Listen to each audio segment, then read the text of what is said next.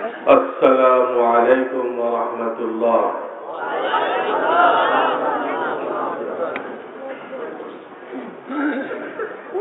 الحمد لله نحمده ونستعينه ونستغفره ونؤمن به ونتوكل عليه ونعوذ بالله من شرور أنفسنا ومن سيئات أعمالنا. من يهده الله فلا مضل له ومن يضلل فلا هادي له. ونشهد أن لا إله إلا الله وحده لا شريك له. ونشهد أن سيدنا ومولانا محمدا عبده ورسوله صلى الله تعالى عليه وعلى آله وأصحابه وبارك وسلم. أما بعد فأعوذ بالله من الشيطان الرجيم. بسم الله الرحمن الرحيم. إنا نحن نزلنا الذكر وإنا له لحافظون.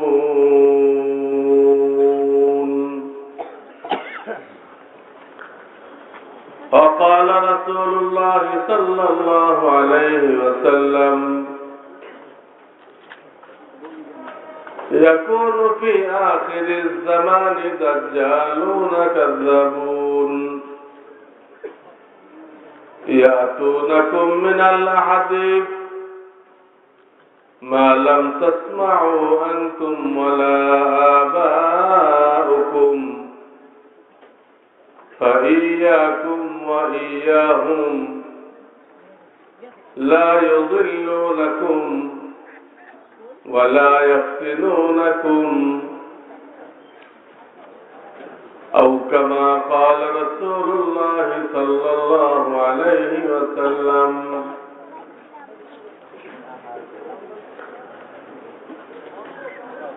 जनाब सदर मजलिस, हज़रात, उलमाए किराम, আমার ইসলাম দরদি মুসলমান ভাইরা, পর্দার আড়ালে মা বোনেরা, আজকের এই মাহফিল এই এলাকার মাদ্রাসার উদ্যোগে, ঠিক কিনা?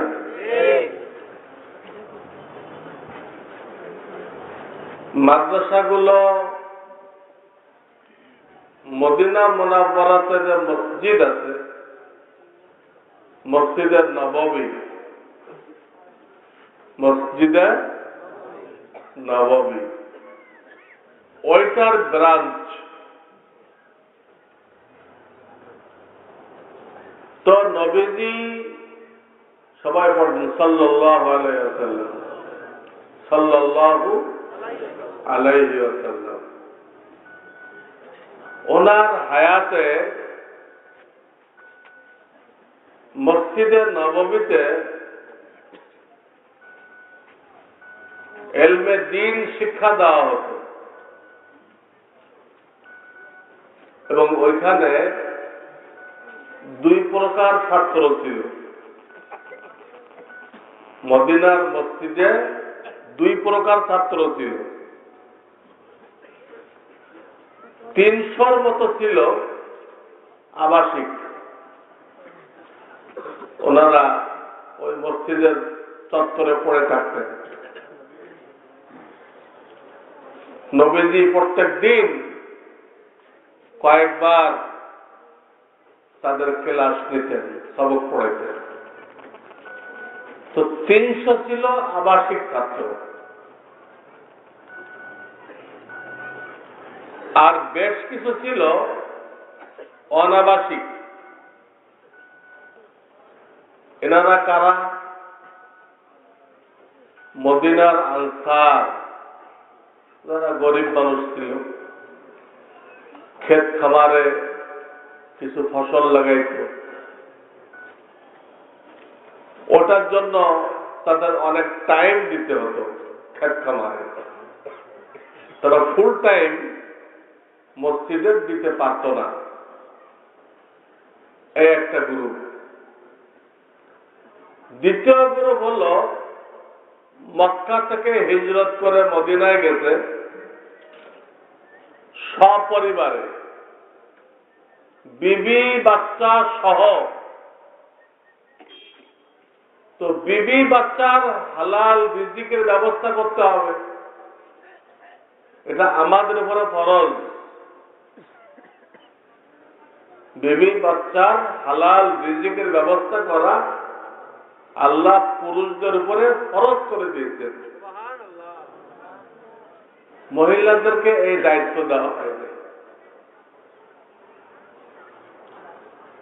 তাদের কি দায়িত্ব দেওয়া আছে আমি পরে বলবো। মানুষ গড়ার দায়িত্ব। সন্তান কাদের পেটে হয়? মায়ের পেটে হয়।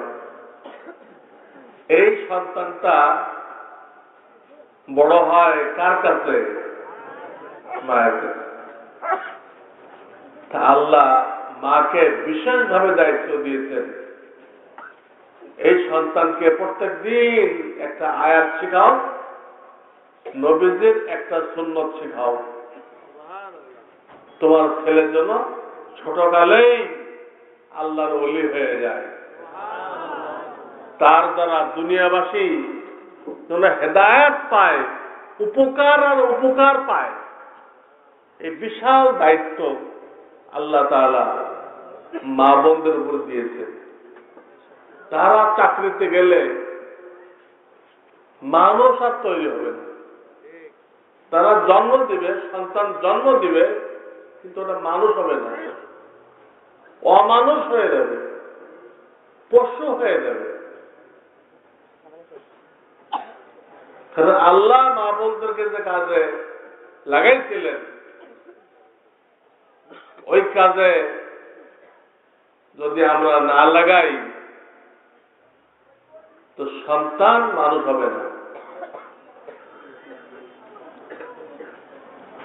ওই সন্তানের হাতে হয়তোবা বাপকে গুলি খাইতে হবে, গুলি, পিস্তলের গুলি খাইতে হবে। ওই সন্তানের হাতে হয়তো মা জবাই হয়ে যাবে, হেরোইনের টাকা দেয় নাই, মা জবাই হয়ে গেছে বটির দ্বারা। তাহলে বাপ মা মিলে যে টাকা জমা করলো সন্তানের জন্য, সন্তান কি সে টাকা ভোগ করতে পারবে? বাপ মাও শেষ, পরে সন্তানের ফাঁসি হবে, সন্তানও শেষ, টাকা পয়সাগুলো অন্য মানুষ খেয়ে গেল। কার জন্য জমা করলেন আপনি? এই জন্য বলতেছিলাম, আপনাকে ছবি ওঠে ভাই, ছবি ওঠে, খবরদার কেউ ছবি তুলবেন না। ছবি তোলা হারাম। বিশেষ জরুরত, হজে যাবেন, উমরায় যাবেন, ওই জরুরতে তুলতে পারবেন। এখানে কোনো জরুরত আছে? ঠেকা আছে? হাউস করে ছবি তোলা হারাম। হাসরের ময়দানে আল্লাহ রূহ দিতে বলবেন, তখন এই গুনার মজা তখন বুঝে আসবে। ইহুদিরা ছলে বলে কৌশলে সমস্ত মুসলমানকে ফটোগ্রাফার বানাই দিচ্ছে। ইহুদিরা ছলে বলে কৌশলে, আগে তো নির্দিষ্ট কিছু লোক ফটোগ্রাফার ছিল, এখন সব মুসলমান ফটোগ্রাফার। আর এদের সম্পর্কে হাদিস আছে, হাসরের ময়দানে সবচেয়ে কঠিন আযাব দেওয়া হবে ওই লোকেরে যে কোনো প্রাণীর ছবি তোলে। সবচেয়ে কঠিন আযাব, এটা বুখারী শরীফের হাদিস। কি তামাশা মনে করলে হবে? খুব ফুর্তি করতে। বিয়ের দিন তো শরীয়ত থাকে না, বিয়ের দিন সব হারাম হালাল হয়ে যায়। নাউযুবিল্লাহ। এই জন্য আমাদের উপর আযাব গজব নাযিল। আমরা যত আল্লাহর হুকুম থেকে সরতেছি তত আযাব গজব নাযিল হইতেছে। এই জন্য অনুরোধ করতেছি, কেউ এই কাজ করবেন না। কেউ করে থাকলে মুছে ফেলবেন, আমার ছবি যেন কারো কাছে না থাকে। থাকলে হাসরের ময়দানে আমি তার বিরুদ্ধে আল্লাহর কাছে নালিশ করব। বলতেছিলাম যে এই মাদ্রাসাগুলো, কওমি মাদ্রাসাগুলো মদিনার মসজিদের ব্রাঞ্চ। অনেক কয় রকম ছাত্র ছিল? 300 ছিল আবাসিক, আর মদিনার আনসার আর মক্কা থেকে যারা গেছে বিবি বাচ্চা নিয়ে, যাদের খাওয়াইতে হবে, ওরা হালাল রিজিকের তাগিদে আজকে ওই বাজারে, কালকে ওই বাজারে, পরশু ওই বাজারে তারা যাইত। কি জন্য? হালাল রিজিক। এটা আল্লাহর হুকুম না? হালাল রিজিক আল্লাহর হুকুম কিনা? এটা ইবাদত কিনা? এটা ইবাদত। কিতাবে লিখছে, এক লোক মসজিদের কোনায় বসে সুবহানাল্লাহ সুবহানাল্লাহ পড়ে, বিয়ে শাদী করে না। আর এক লোক বিয়ে শাদী করছে, বাচ্চা কাচ্চা আছে, তাদের হালাল রিজিকের জন্য মেহনত করে, ব্যবসা করে, রিক্সা চালায়। তো কিতাবে লিখছে, ওই মসজিদের কোনায় বসে যে আল্লাহ আল্লাহ করতেছে, আল্লাহর কাছে ওর কোনো দাম নেই, ওর কোনো। আর যে বিবাহ শাদী করে তাদের হালাল রিজিকের জন্য ব্যবসা করতেছে, চাকরি করতেছে, রিক্সা চালাইতেছে, সিএনজি চালাইতেছে, ও আল্লাহর কাছে প্রিয়। হালাল রিজিক উপার্জন করে ইবাদত। ইসলামে বৈরাগ্যতা নেই। জঙ্গলে বসে সুবহানাল্লাহ সুবহানাল্লাহ করবেন, আল্লাহ রাসূলের অনুমোদন করেন নাই। বিবাহিত জীবন যাপন করতে হবে, নিজেকে গুনাহ থেকে বাঁচাইতে হবে, সন্তানাদিকে আল্লাহর হুকুম শিখাইতে হবে, নবীজির সুন্নত শিখাইতে হবে। এই দায়িত্ব পালন করতে হবে। এটা হলো ইবাদত। তো আপনাদের কাছে ক্লিয়ার হয়ে গেল, 300 ছিল আবাসিক আর কয়েকশো ছিল অনাবাসিক। এনারা হালাল রিজিকের জন্য কেউ ক্ষেত খামারে মেহনত করত, কেউ বাজারে বাজারে কি করত? মেহনত করত। এনারা সকালে আর সন্ধ্যায় আসতো, সকালে সন্ধ্যায় আসতো, আর আসতে পারত না, ব্যস্ত থাকতো। এই মাদ্রাসাগুলো মদিনার মসজিদের নমুনা। সেখানে 2 ধরনের ছাত্র ছিল। তাহলে এই মাদ্রাসায় কয় ধরনের ছাত্র থাকতে হবে? আর না নমুনার সাথে মিল খাবে? এখানে কিছু ছাত্র আবাসিক আছে কিনা? আছে। কত কত আবাসিক ছাত্র কত এখানে? 25 জন। 25 জন আবাসিক ছাত্র আছে, আলহামদুলিল্লাহ। আর আপনাদেরকে ডাকছে, আপনাদেরকে এই মাদ্রাসার অনাবাসিক ছাত্র বানানোর জন্য। প্রত্যেক মাদ্রাসার দায়িত্ব আবাসিকও পড়াইবে, মহল্লাবাসীকে ডেকে অনাবাসিকও পড়াবে। কাজে আপনি এটা কোনো অনুষ্ঠান মনে করবেন না, এটা কোনো অনুষ্ঠান না, বা হিন্দুদের কোনো 12 মাসের 13 পূজা, এই পূজা পার্বণ না, এটা একটা ক্লাস, কোরআন হাদিসের ক্লাস। এটা অন্য সময় ছাত্রদেরকে পড়ায়, আর কিছু সময় রাখছে আপনাদেরকে ক্লাস নেওয়ার জন্য, আপনাদেরকে সবক দেওয়ার জন্য। আপনাদের সবক দেওয়ার জন্য বাইরের থেকেও কিছু আলেমুলামা আছে, ওনারা নিজেরাও দিচ্ছে, বাইরের থেকে কিছু আলেমুলামা আছে তারাও দিচ্ছে। উদ্দেশ্য আপনাদেরকে সবক দেওয়া, আপনাদেরকে আল্লাহর সাথে জুড়ে দেওয়া, এবং আমাদের জীবনের মধ্যে কোনো ভুল থাকলে সে সংশোধন করা। মাহফিলের উদ্দেশ্য কি? জীবনের ভুল সংশোধন করা। যদি একটা এলাকায় মাহফিল হয়ে যায় আর লোকজনের ভুল সংশোধন না হয়, তাদের নামাজ আগেও ভুল ছিল, মাহফিলের পরের দিনও ভুল, তাদের আজানে কামত আগেও ভুল ছিল, মাহফিলের পরের দিনও ভুল,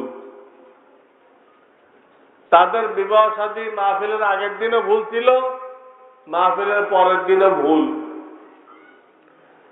তাদের কাফন দাফন মাহফিলের আগের দিন ভুল ছিল, মাহফিলের পরের দিনও ভুল রয়ে গেছে।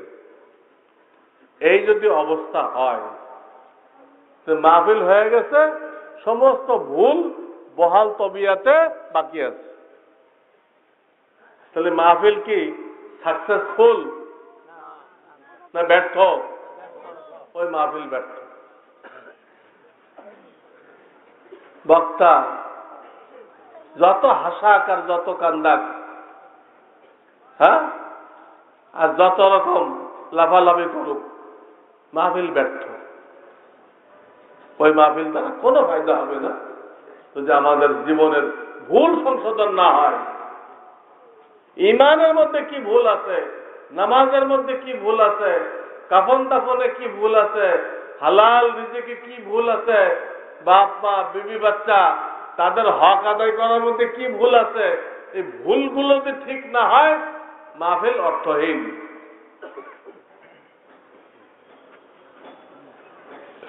এই কথাটা আমাদের বুঝতে হবে। এই কথাটা বুঝলে আর সুর তালাশ করবেন।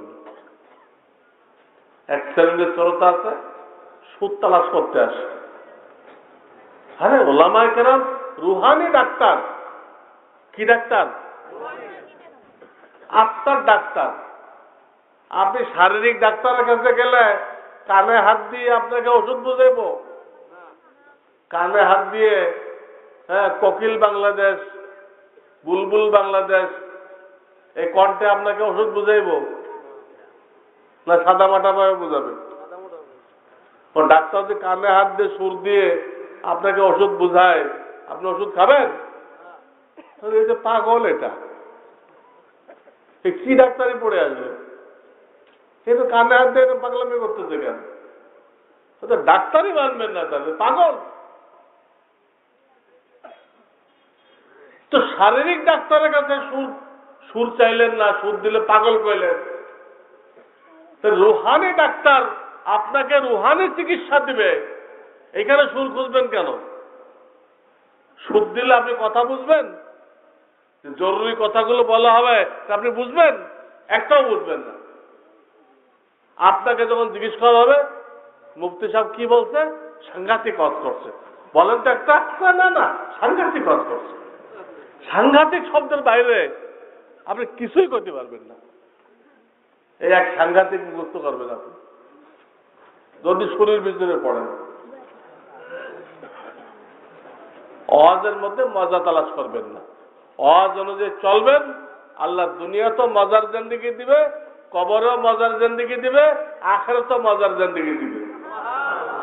ওয়াজের মধ্যে মজা খুঁজবেন না, ওয়াজ অনুযায়ী আমল করলে দুনিয়াতেও মজার জিন্দগি, কবরেও মজার জিন্দগি, হাসরেও মজার জিন্দগি। যেমন ঔষধের মধ্যে মজা খুঁজলে হবে না। আপনি আগে ডাক্তারকে হুঁশিয়ার করে, ডাক্তার সাহেব খবরদার আমারে কিন্তু তিতা ওষুধ দিবেন না, কিন্তু আপনার মাথায় মেরে দেবেন, এই কইলে আপনার চিকিৎসা হবে না।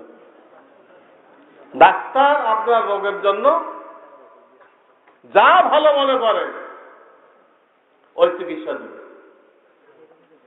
আপনি ওই তিতা ওষুধ একটু কষ্ট করে খাবেন, খাইলে আপনার পেট ভালো হয়ে যাবে। পেট ভালো হয়ে গেলে আপনি বিরিয়ানি, পোলাও, জর্দা, কোপ্তা, কুরমা সব খাইতে পারবেন। ঔষধের মধ্যে মজা খুঁজবেন না। ওষুধ খাইয়ে নেন, চিন্তা হোক না হোক, ওষুধটা খাইয়ে নেওয়ার পরে আপনি মজার জিনিস খাইতে পারবেন। ঠিক না ভাই? ঠিক। আল্লাহ আমাদেরকে বুঝবার তৌফিক দান করুন। তাহলে আপনারা বুঝতে পারলেন, এই মাহফিল দেখা হয়েছে আপনাদের পকেট খালি করার জন্য না, আপনাদেরকে আল্লাহর সাথে জুড়ে দেওয়ার জন্য, এই মাদ্রাসার অনাবাসিক ছাত্র বানানোর জন্য আপনাদেরকে ডাকা হয়েছে। অনাবাসিক ছাত্র বানানোর জন্য কি করা হয়েছে? ডাকা হয়েছে। তো আমি সংক্ষেপে কয়েকটা কথা বলবো, রাত হয়ে গেছে, 3-4টা কথা বলবো। 1 নম্বর,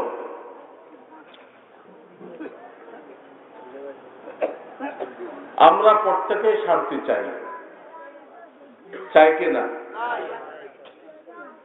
যদি ভোট নেওয়া হয় সারা দুনিয়ার মানুষের 2টা বাক্স রাখা হবে, যারা যারা শান্তি চায় তারা এক বাক্সে ফেলবে, আর যারা যারা অশান্তি চায় তারা তার আরেকটা বাক্সের মধ্যে ফেলবে। এখন বলেন, অশান্তির বাক্সে কত ভোট পড়বে? পড়বে? পাবনার কোনো পাগল আনলে পড়তে পারে? পাবনার যে পাগলা গারদ আছে, এখানে যদি হায়ার করে আনেন, এছাড়া ওই বাক্সে কেউ দিবে না। 6 ঘন্টাতে দিবে। শান্তি চাই, এটা নিয়ে কোনো মতবিরোধ নেই, সারা দুনিয়ার মানুষ একমত, ঠিক না? কিন্তু সমস্যা দাঁড়াইছে আর এক জায়গায়। এই শান্তির ডেফিনেশন কি, সংজ্ঞা কি, এবং সেটা কোথায় পাওয়া যায়, এইখানে ভেজাল লাগছে। শান্তির সংজ্ঞা কি, শান্তি কাকে বলা হয়, কোথায় পাওয়া যায়, কোন মার্কেটে পাওয়া যায়, এইটা নিয়ে লোকেরা অনেক গ্রুপ হয়ে গেছে। এক গ্রুপ বলতে চায় টাকা জমা করতে পারলে শান্তি পাওয়া যায়, ওরা লাগছে টাকার পিছনে, হালাল হারাম দেখতেছে না। আর এক গ্রুপ করতে বলতেছে যে বিল্ডিং বানানো যায় তাহলে শান্তি আছে, তারা লাগছে বিল্ডিং এর পিছনে। আর এক গ্রুপ বলতেছে যদি মন্ত্রী মেম্বার চেয়ারম্যান হওয়া যায় তাহলে শান্তি, তারা মন্ত্রী মেম্বার হওয়ার জন্য চেষ্টা করতেছে। লাইনটা বুঝতে পারে নাই, শান্তি কাকে বলে, কোথায় পাওয়া যায়, এটা হল হয় নাই তাদের। উল্টা লাইনে মেহনত করতেছে। যাবে চিটাগাং, উঠছে দিনাজপুরের বাসে, নিয়ত কিন্তু একদম খালেদ, নিয়ত কিন্তু পিওর, লোক দেখানোর জন্য না, একদম পিওর নিয়েছে। সে চিটাগাং যাওয়ার নিয়ত করে কোথায় উঠছে? দিনাজপুরের গাড়িতে উঠছে। তার এই তাসফিয়ার নিয়তের বরকতে এই গাড়ি কি যাবে চিটাগাং? তো শুধু নিয়ত খালেদ হলে হবে না, কাজটাও ঠিক হইতে হবে, কাজটাও ঠিক হতে হবে। ওদের নিয়ত তো খালেদ, শান্তি চায়, নিয়ত খালেদ, কাজটা গলত। কাজটা কি গলত? এই জন্য তারা এই সোনার হরিণের পিছনে সারা জীবন দৌড়াইছে, কিন্তু এই হরিণ পায় নাই, শান্তি পায়নি। সাদ্দাতকে ঢুকতে পারছিল তার বেহেশতের মধ্যে? সাদ্দাত ঢুকতে পারে নাই। বেস্ট কমপ্লিট হয়ে গেছিল, বেস্ট কমপ্লিট হয়ে গেছিল। সারা দুনিয়ার থেকে হেরামণি জওহার নিয়ে বানাইছিল। ঢুকবে এমন সময় মালাকুল মউত আসে, সালাম দিতে, স্যার দুটা কথা আছে, ধমক মারছে। স্যার টাইম আছে আমার এখন, এখন তো আমি কত বাদশাহী বানাইছি, বেস্ট বানাইছি, তুমি এখন একজন দেখা করতে। তো সে লোক বলে, স্যার আমাকে মনে চিনেন নাই, আমার নাম হলো মালাকুল মউত। আমাদের ধমক পারলেন। ওই জামানায় কিন্তু মানুষের সুরত আসতো, মালাকুল মউত কোন সুরত আসতো? মানুষের সুরত। মানুষ মনে করছে, যেই করছে আমার নাম মালাকুল মউত, তো পায়ের নিচে আর কি নেই, সবশেষ। মালাকুল মউত তো 1 সেকেন্ডও বাড়াবে না, হায়াত 1 সেকেন্ডও বাড়াবে না। ওই অবস্থায় রূহ নিয়ে যাবে। তো সাদ্দাতও মেহনত করছিল, কিন্তু শান্তি পায়নি। ফিরআউন মেহনত করছিল, কোন সাগরে ঢুকছে? নীল দরিয়ায়। নীল দরিয়ায় না, লোহিত সাগরে। অনেকে নীল দরিয়া বলে, এটা ঠিক না, লোহিত সাগর, রেড সি। জিদ্দা যে সাগরের তীরে, জিদ্দা, হাজিরা প্লেনে দেয় কোথায় নামে? জিদ্দা। আসল ছিল জাদ্দা। জাদ্দা মানে দাদি বা নানি, আরবি শব্দ, অর্থ দাদি বা নানি। যেহেতু ওই জায়গায় আমাদের আদি মাতার কবর আছে, আদি মাতার কবর আছে, তো ওই জাদ্দাটার লোকেরা একটু পরিবর্তন করে কি বানাইছে? জিদ্দা বানাইছে। পাবলিক পরিবর্তন করে ফেলে। লালবাগে একটা কবর আছে, ওটার নাম ছিল গোরে শহীদ। কি নাম ছিল? গোরে শহীদ। গোর মানে কবর, শহীদের কবর। কিন্তু এখন আপনি এই নাম বলেন, কেউ চিনবে না। গোরে শহীদ, শহীদের কবর। কেউ শহীদ হয়ে গেছে, কেউ চিনবে না। কি বলতে হবে? ঘোড়া শহীদ। ঘোড়া শহীদ করতে হবে। ঘোড়া শহীদ হইতে পারে? ঘোড়া শহীদ হইতে পারে? জানোয়ার শহীদ হয় কেমন? তো পাবলিক উল্টা পাল্টা করে ফেলে। জিদ্দা যে সাগরের তীরে, ওই সাগর মুসা আলাইহিস সালাম তার লোকজন নিয়ে তলা দিয়ে পার হয়ে গেছেন। আর ওই সাগরে আল্লাহ তাআলা ফিরআউনকে কয়েক লক্ষ বাহিনী সহ ডুবাই মারছে। তার রাজত্ব তাকে বাঁচাইতে পারে নাই। কারণ কত বড় সম্পদের মালিক ছিল, আল্লাহ শুধু তার চাবির হিসাব দিতে, আর কিচ্ছু না।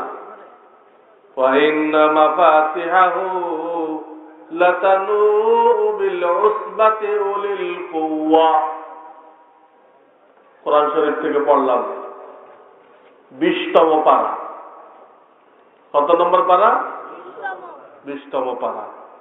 এখানে আল্লাহ চাবির হিসাব দিতে, যে কারণের চাবিগুলো বহন করতে 70 জন লোকের কষ্ট হয়ে যেত, হিমশিম খেয়ে যেত।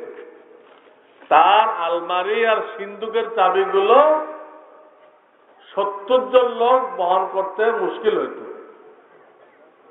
70 জন। এখন বলেন, আলমারি আর সিন্ধুকে কি উট থাকে? মহিষ? মহিষ থাকে না। কি থাকে? সোনা দানা থাকে। তো যে লোকের চাবি 70 জনে বহন করতে পারতেছে না, চাবিগুলো তা আপনি মনে করবেন এই 70 জন মনে হয় হাসপাতালতে আনা হয়েছে, আপনি মনে করতে পারেন, সম্ভাবনা আছে। এই জন্য আল্লাহ ওটা শর্ত লাগাই দিচ্ছে, আপনি যাতে এরা মনে করতে না পারেন। আল্লাহ আগের থেকে কি করছে, একটা শর্ত লাগাই দিচ্ছে, উলিল কুওয়া। কি শর্ত লাগাইছে? উলিল কুওয়া, শক্তিশালী, হাট্টা কাট্টা। কিন্তু আপনারা সুযোগ নেই, হুজুর ওইগুলো মানে বারডেম টানা হয়েছিল না, তো 70 জনের দাবি নিতে পারলো না। আল্লাহ উলিল কুওয়া লাগাইছে কেন?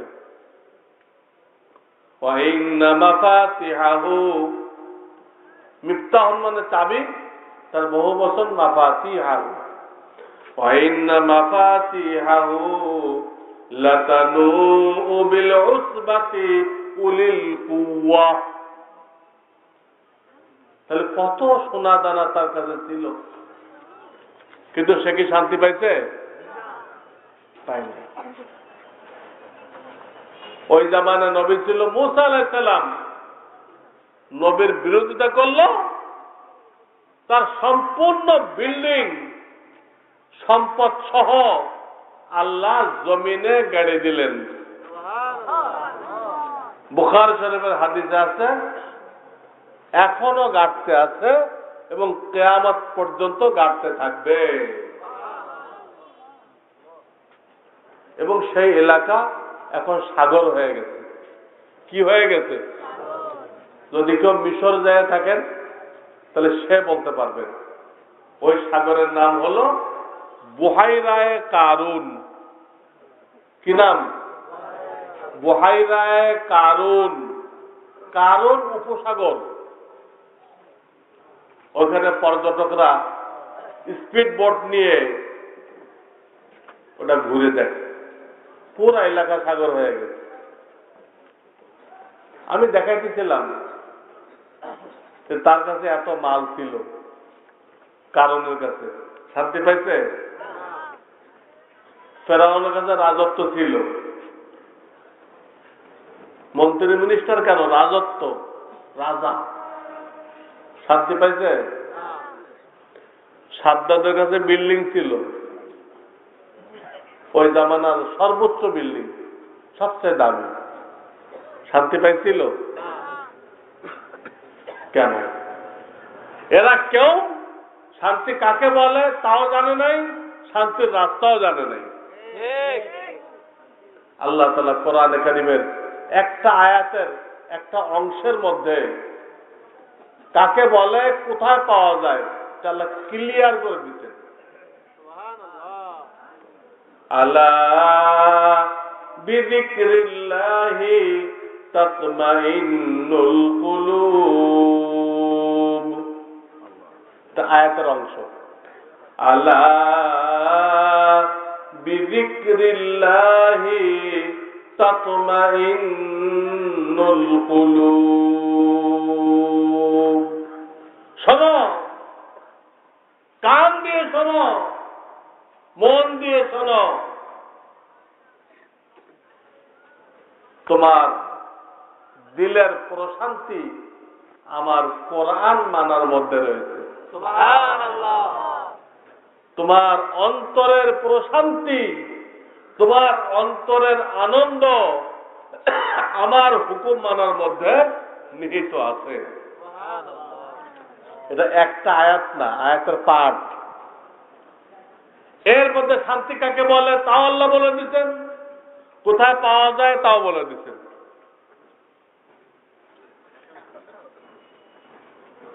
কোন মানুষ যদি লিখত দেখেন বই রচনা করতে হতো। আল্লাহ যেহেতু বলছেন, 2 শব্দে শেষ। আল্লাহর মতো করে কেউ বলতে পারবে? 2 শব্দে শেষ। তোমাদের অন্তরের আনন্দ আমার আদেশ, আমার কোরআন মানার মধ্যে। তাহলে শান্তি কাকে বলে? অন্তরের আনন্দ, বিল্ডিং না, টাকা পয়সা না, অন্তরের আনন্দ।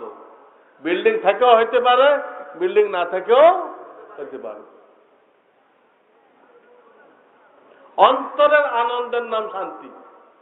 কোথায় পাওয়া যায়? আল্লাহর হুকুম নবীর তরিকা মানার মধ্যে। আল্লাহর হুকুম নবীর তরিকা মানার মধ্যে এটা পাওয়া যায়। যে কোনো জামানায় আল্লাহর হুকুম নবীর তরিকা যে মানছে, সে ধনী হোক গরিব হোক, আল্লাহ তাকে শান্তি দান করছে এই জামানাও। আর যারা এই কথাটা মানে নাই, শান্তি কাকে বলে তাও জানে নাই, কোথায় পাওয়া যায় তাও জানে নাই, তারা অশান্তি ভোগ করতেছে, অশান্তি ভোগ করতেছে। তাহলে পয়লা আপনাকে এই কথাটা বুঝতে হবে যে আল্লাহর কোরআন মানার মধ্যে অন্তরের শান্তি। আলা বিযিকরিল্লাহ, জিক্রুনের এক অর্থ সুবহানাল্লাহ সুবহানাল্লাহ পড়া, আর এক অর্থ কোরআন, আর এক অর্থ কি? এই জন্য আমি একটা আয়াত পড়ছিলাম শুরুতে, ইন্না নাহনু নাযালনা যিকরা ওয়া ইন্না লাহু লাহাফিজুন। খেয়াল করছিলেন? আমি মাওলা কোরআন নাযিল করেছি, আমি মাওলা কিয়ামত পর্যন্ত এটা সংরক্ষণ করার দায়িত্ব নিয়েছি। আমি তোমাদের দান দক্ষিণার উপরে ছাড়ি নাই। তমুক হাদিস সাহেব, তমুক হাদিস সাহেব, তারা টাকা দিলে আমার কোরআন টিকে থাকবে, তারা টাকা না দিলে আমার কোরআন বন্ধ হয়ে যাবে। আমি এই অবস্থায় আমার কোরআনকে ছেড়ে দেই নাই, আমি নিজে এটাকে হেফাজত করার দায়িত্ব নিয়েছি, নিজে দায়িত্ব নিয়েছি।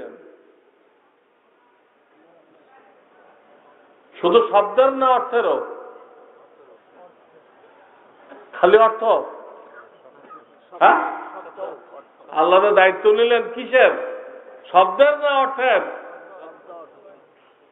কিছু জানেন না আপনি, উভয়টা। আমি দুটো কইছি, ওনারা মনে করতেছে তাহলে একটা কইতে হবে, কারণ দুটা কইলে কি অসুবিধা? আল্লাহ দায়িত্ব নিচ্ছে কিসের? শব্দের হেফাজত করবে। 1400 বছর হয়ে গেছে, একটা জের জবর কেউ এদিক ওদিক করতে পারছে? এখন অর্থ কেউ পাল্টাতে পারছে? পাল্টালে টিকবে? কাজেই মওদুদী সাহেব যে লিখছেন ওনার একটা বইতে, যে নবীজির মৃত্যুর পরে দিন, ইলাহ, রব, ইবাদত, কটা শব্দ হলো? দিন, ইলাহ, রব, ইবাদত, এই চারটে শব্দের অর্থ বিলুপ্ত হয়ে গেছিল, বিলুপ্ত হয়ে গেছিল, যে কারণে কোরআনের মূল স্পিরিট খতম হয়ে গেছিল। 1400 বছর পরে উনি আবার ওইগুলো উদ্ধার করছেন। এটা ঠিক লিখছে না গলত লিখছে? এই লক্ষণে আলেম ছিল না, কাজে সে ঠিক লিখবে আশা করাও ভুল। তেঁতুল গাছে আম হবে? তেঁতুল গাছে আম হবে? ইসলাম এত মিসকিন না যে আপনার যা মনে হচ্ছে একটা ব্যাখ্যা দিয়ে দিবেন। হার জামানায় আল্লাহ তাআলা লক্ষ লক্ষ লোক তৈরি করছে ইসলাম ধরে রাখার জন্য, কোরআন হাদিস বোঝার জন্য, কোরআন মুখস্থ করার জন্য। এই আমাদের হেফজখানাগুলোতে দেখেন 10-12 বছর পোলাপান এই সাইজের, সব হাফেজে কোরআন। এই সাইজের ছেলে পুরা কোরআনের হাফেজ। তয়রান আবাবিল, তয়রান আবাবিল, ছোট ছোট পাখি, তাদেরকে আল্লাহ আপনারা ধ্বংস করে দিলেন। এই ছোট ছোট পাখি, এদেরকে দিয়ে এত বড় মহাগ্রন্থ আল্লাহ তাআলা তাদের দিলের মধ্যে, কলবের মধ্যে হেফাজত করে দিলেন। কোরআনের কত বড় মুজিজা, কত বড় মুজিজা দেখেন। কাজে মওদুদী সাহেব 4 বুনিয়াদি ইসতিলাহ এই নামে একটা বই লিখছে। সেই বইতে এই কথা লিখছে, এই কথা ঠিক না, তার অধিকাংশ কথাই ভুল। এই জন্য ইসলাম বুঝতে হলে আল্লাহর হস্তে তার বই পুস্তক পড়ে শিখতে চেষ্টা করবেন না। নিজেও কোনো আলেম ছিল না, কোনো আলেমের কাছে পড়াও নাই, এবং সে সহি ব্যাখ্যাও দিতে পারে নাই। এই জন্য হক্কানি ওলামায়ে কেরাম হার জামানায় আছে, তাদের থেকে শেখেন। যারা কোরআনের জন্য জীবন অক্ষ করে দিচ্ছে, তারা কি ব্যবসা বাণিজ্য করতে পারতো না? তাদেরকে ব্রেন ট্রেন নেই, কিছু সব পারত, কিন্তু কোনোদিন যায় নাই। আল্লাহ কোরআনের জন্য জীবন রক্ষ করছে, তাদের কাছ থেকে কোরআন বোঝেন। এই ধরনের ডাক্তার ইঞ্জিনিয়ার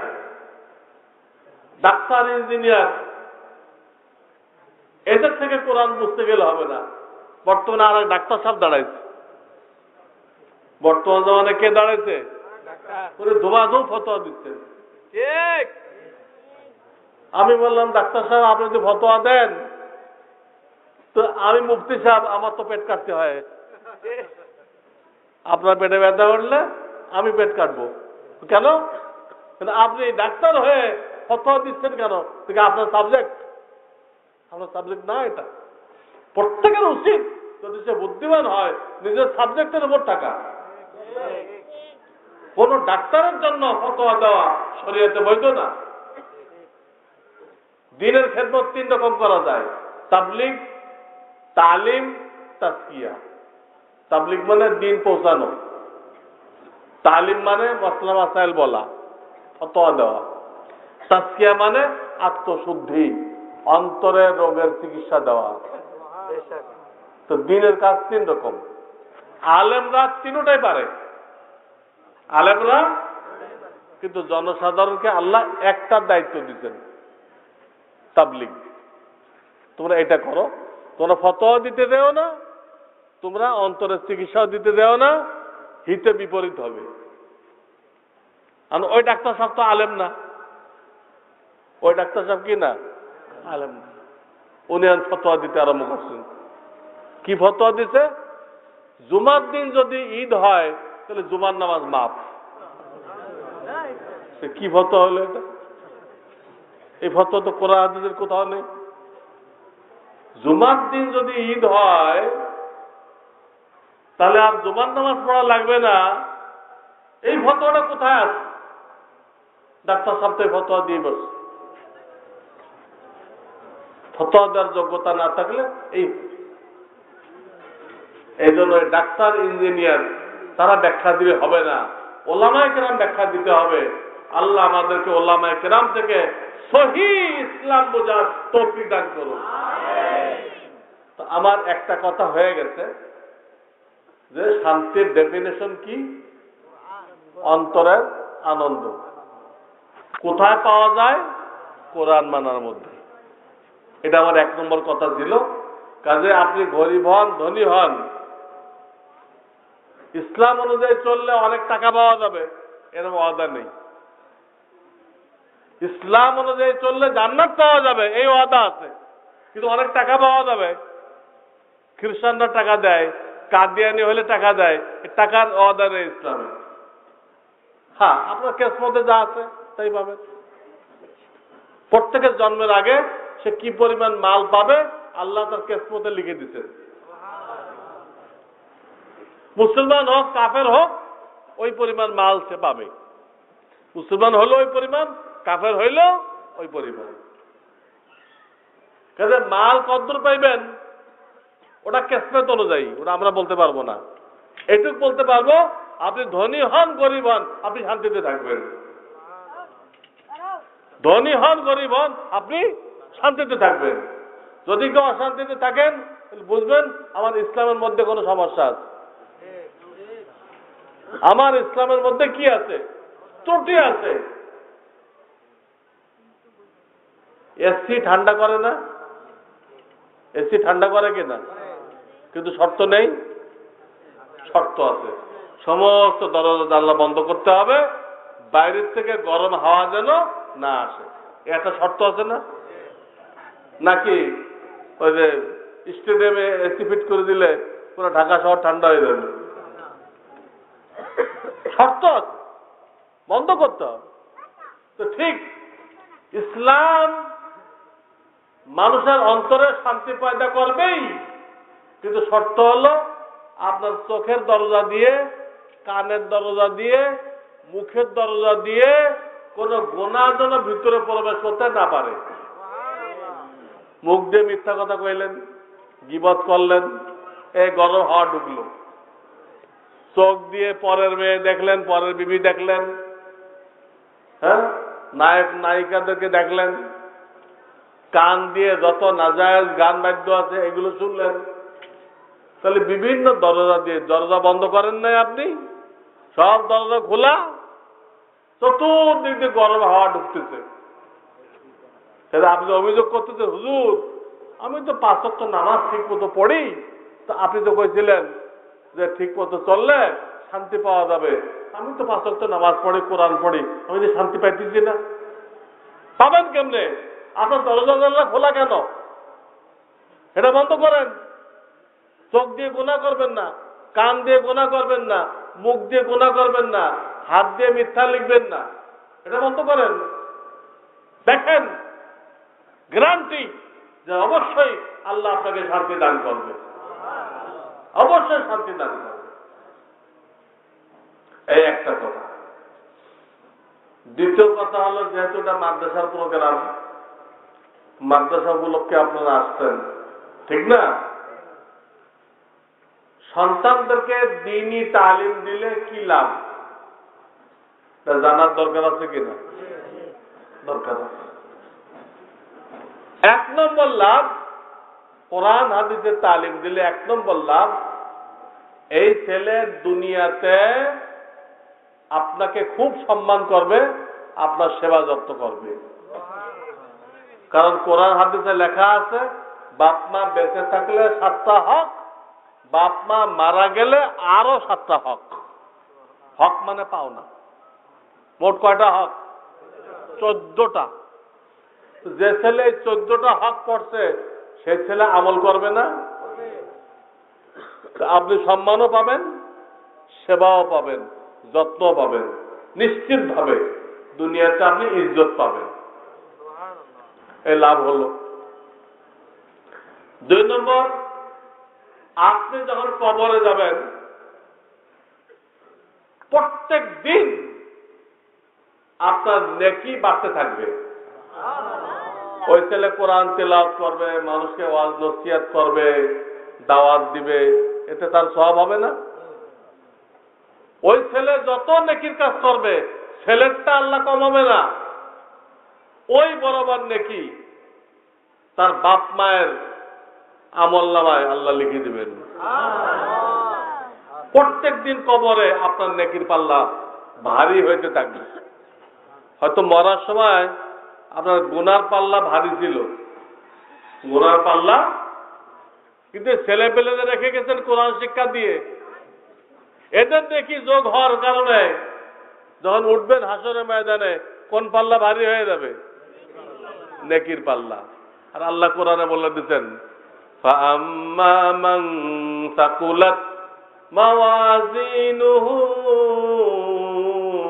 فَهُوَ فِي عِيشَةٍ رَاضِيَةٍ। তার নেকির পাল্লা ভারী হবে, সে শান্তির জিন্দেগিতে থাকবে। আল্লাহ কোরআনে বলে দিতেন। তা আপনার নেকির পাল্লা ভারী হয়ে যাবে। এবং আরেক হাদিসে আসছে, অনেক বাপ মা প্রত্যেক দিন তার এত নেকি দেখে আল্লাহকে প্রশ্ন করে, আল্লাহ আমি তো এত নেকি করি নাই, আমার আমলনামায় এত নেকি কোত্থেকে আসলো? হাদিসে আসছে, আল্লাহ উত্তর করবেন, তোমার ছেলেকে যে কোরআনের তালিম দিয়েছিলে, তোমার ওই ছেলে কোরআন পড়তেছে, অন্যকে কোরআন শিখাইতেছে, এই কারণে তার বরাবর সওয়াব তোমাকে দান করা হইতেছে। আপনার সব দেখে আপনি আশ্চর্য হয়ে যাবেন কবরের মধ্যে। 3 নম্বর, তাফসীরে কাবীরের মধ্যে লিখছে, এক লোক জোয়ান বয়সে মারা যেতেছে,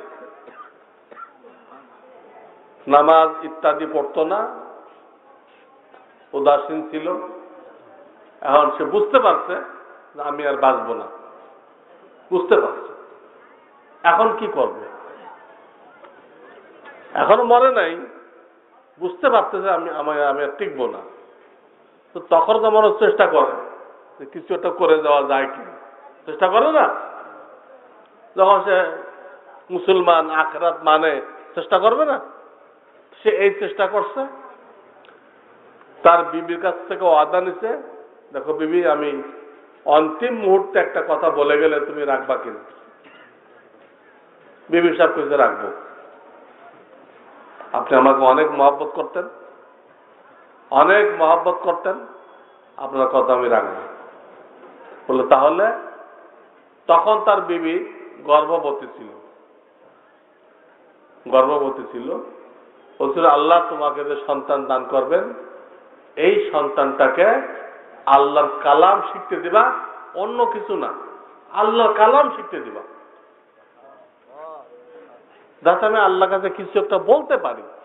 আল্লাহ তো জিজ্ঞেস করবে, তোমার আমি হায়াত দিলাম, রিজিক দিলাম, স্বাস্থ্য দিলাম, সম্মান দিলাম, বাপ মা দিলাম, বিবি বাচ্চা দিলাম, বাড়ি ঘর দিলাম, এত কিছু দিলাম, তুমি আমি মাওলার জন্য কি আনছো? আমি আল্লাহর জন্য কি আনছো? আমার তো কিছু একটা কইতে হবে, অন্তত এটা তো কইতে পারবো। এটুক বলে মারা গেছে। তো নামাজ রোজা কিছুই নেই, বদামল, কবর আযাব হইতেছে। এদিক দিয়ে তার স্ত্রী একটা পুত্র সন্তান জন্ম দিচ্ছে। এই সন্তানের বয়স যখন 5-7 বছর হয়েছে, তো স্বামীর ওসিয়াত অনুযায়ী তাকে একজন হুজুরের কাছে পাঠিয়ে দিচ্ছে। তাফসীরে কাবীর থেকে বলতেছে, তাফসীরে কাবীর, ইমাম ফখরুদ্দিন রাজি রাহমাতুল্লাহ আলাইহির তাফসীরে কাবীর। কোন জায়গায়? বিসমিল্লাহ শরীফের তাফসীরে। কোন জায়গায়? বিসমিল্লাহ শরীফের তাফসীরে পাবেন। একটা হুজুরের কাছে পাঠিয়ে দিচ্ছে। হুজুরে পয়লা দিনে ওই বাচ্চাকে বিসমিল্লাহ শিখাইছে। কি শিখাইছে? আমার সাথে পড়ো, বিসমিল্লাহির রহমানির রহিম। পড়েন, বিসমিল্লাহির রহমানির রহিম। যাদের বাচ্চা কাচ্চা কথা শোনে না, খালি রাগ করে, জিদ করে, তারা কি করবেন? বাপ বা মা যে কোনো একজন তাদের খানাতে এই বিসমিল্লাহ 7 বার পড়ে দম করবেন, ফু দিবেন, দিয়ে এই খানা ওই বাচ্চাকে খাইতে দিবেন। ইনশাআল্লাহ ওই ছেলের জিদ কি হয়ে যাবে? হ্যাঁ, পানি হয়ে যাবে, বন্ধ হয়ে যাবে। বিসমিল্লাহ তাসবিহ, হ্যাঁ, 7 বার পড়বেন। যখন যা খাইতে দিবেন 7 বার বিসমিল্লাহ পড়ে, বাপেও পারে, মায়েও পারে, যে একজন পড়লে হবে, দম করে খাইতে দিবেন। তো হুজুরে ওকে বিসমিল্লাহ শিখেছে। তো হুজুরের সাথে বিসমিল্লাহ পড়ছে, যার অর্থ আমি ওই আল্লাহর নামে শুরু করলাম যিনি দয়াময়। দয়াময় কাকে বলে? যার দয়ার কোনো কুল কিনারা নেই, কুল কিনারা নেই। আপনি যত মহব্বত করেন, 2-4টে উল্টা করলে আর রাখবেন আপনার মতের বিরুদ্ধে? কিন্তু একটা লোক 90 বছর আল্লাহর সাথে শিরক করতেছে, পূজা করতেছে 90 বছর, কিন্তু আল্লাহ কি তার রিজিক বন্ধ করে দিছে? রিজিক বন্ধ করে? তো তার দয়ার কোন কুল কিনারা আছে? রহমান রহিম, পরম দয়ালু। এই নাবালেগ বাচ্চা, মাসুম নিষ্পাপ বাচ্চা, এটা হুজুরের সাথে পড়ছে। এইটা পড়ার সাথে সাথে আল্লাহর রহমতের মধ্যে একদম ঢেউ উঠে গেছে, ঢেউ উঠে গেছে। আল্লাহ তাআলা জিবরিল আমিনকে বলতেছে, জিবরাইল, এই নিষ্পাপ বাচ্চা আমি মাওলা, আমাকে রহমান রহমান করে চিল্লাইতেছে, আর তার পিতা আমার আযাব ভোগ করতেছে। তার নিষ্পাপ সন্তান আমাকে রহমান বলবে, সেই সন্তানের পিতা আযাব ভোগ করবে, এই দুটা একসাথে হতে পারে না। এই দুটো একসাথে হতে পারে না। এই সেকেন্ডে ওই বাচ্চার কবর আযাব বন্ধ করে দাও, ওই বাচ্চার পিতার কবর আযাব বন্ধ করে দাও। কিয়ামত পর্যন্তের জন্য ওই ছেলের বাপের কবর আযাব বন্ধ হয়ে গেল। সামনে আরো কত নিয়ামত পাইছে, এক বিসমিল্লাহ দিয়ে তো আযাব বন্ধ হয়ে গেল। এগুলো কি আমাদের দরকার নেই? কাজে ইংরেজি পড়ানোর জন্য বেহুশ হবেন না, ক্যাট আর ডগ পড়ানোর জন্য এত বেহুশ হবেন না। আগে আল্লাহ আল্লাহ রসুলের নাম পড়ান, আগে মুসলমান বানান, তারা ডগ বানান। ডগ পড়ান আর কি, ডক্টর বানান। তাহলে সন্তানকে কোরআন পড়ে কবরে লাভ হলো কিনা? হ্যাঁ, কবর আযাব মাফ হয়ে গেল, ডেলি নেকির পাল্লা নেকি বাড়লো, লাভ না? হাসরের ময়দানে এই ছেলের ওসিলায় আল্লাহ আপনাকে নূরের টুপি পরাবে, যে টুপির জ্যোতি সূর্যের থেকেও বেশি। এই টুপি পরাবে। খালি তাই না, এই ছেলেকে বলবে পড়ো আর চড়ো, পড়া যেখানে শেষ হবে ওইখানে তোমার স্থান। জান্নাতে আপনি যত উপরে যাবেন তত নিয়ামত বেশি, আর দোজখে যত নিচে যাবেন তত আযাব বেশি। দোজখে যত নিচে যাবেন তত কি একদম সর্বনিম্ন যেটা, এটা হলো মুনাফিকদের। মুনাফিকদের মুখে মুখে খুব ভাষণ দেয় ইসলামের পক্ষে, কি দরদটা দেখায়, আর সংসদে যায় ইসলামের গোড়া কাটে। এরকম মাহফিলে নিয়ে আসেন, এমন ভাষণ দিবে আমরা হুজুররা ফেল। ইসলামের দরদে গদ গদ হয়ে ভাষণ দিবে। আমি তেজগাঁও বলছিলাম, রেল স্টেশন মাদ্রাসায়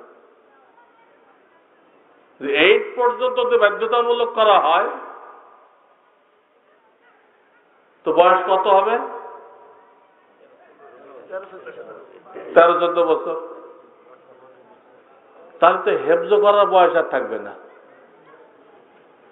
সরকার যদি 8 পর্যন্ত বাধ্যতামূলক করে তো 14-15 বছরে একটা ছেলে হাফেজ হয়ে যায়, এরপরে সাবালক হয়, তখন আর হেফজ মনে থাকে না। কষ্ট মষ্ট করা যায়, মনে থাকে না। এটা হলো হেফজের বয়স। আমাদের দেশে আর হাফেজ হবে না। অথচ এই হাফেজ ছেলেরা দুনিয়ার কোন দেশ নেই যে দেশে তারা ইমামতি করতেছে না। বাংলাদেশের হাফেজ ছেলেরা, হাফেজ বলো না, দুনিয়ার কোন দেশ নেই যে দেশে, এদের কণ্ঠস্বর ভালো, এদেরকে আল্লাহ এমন একটা কণ্ঠ দিতে এদের সাথে কেউ পারে না। আরব তারব কেউ না, সব এরা ইমাম।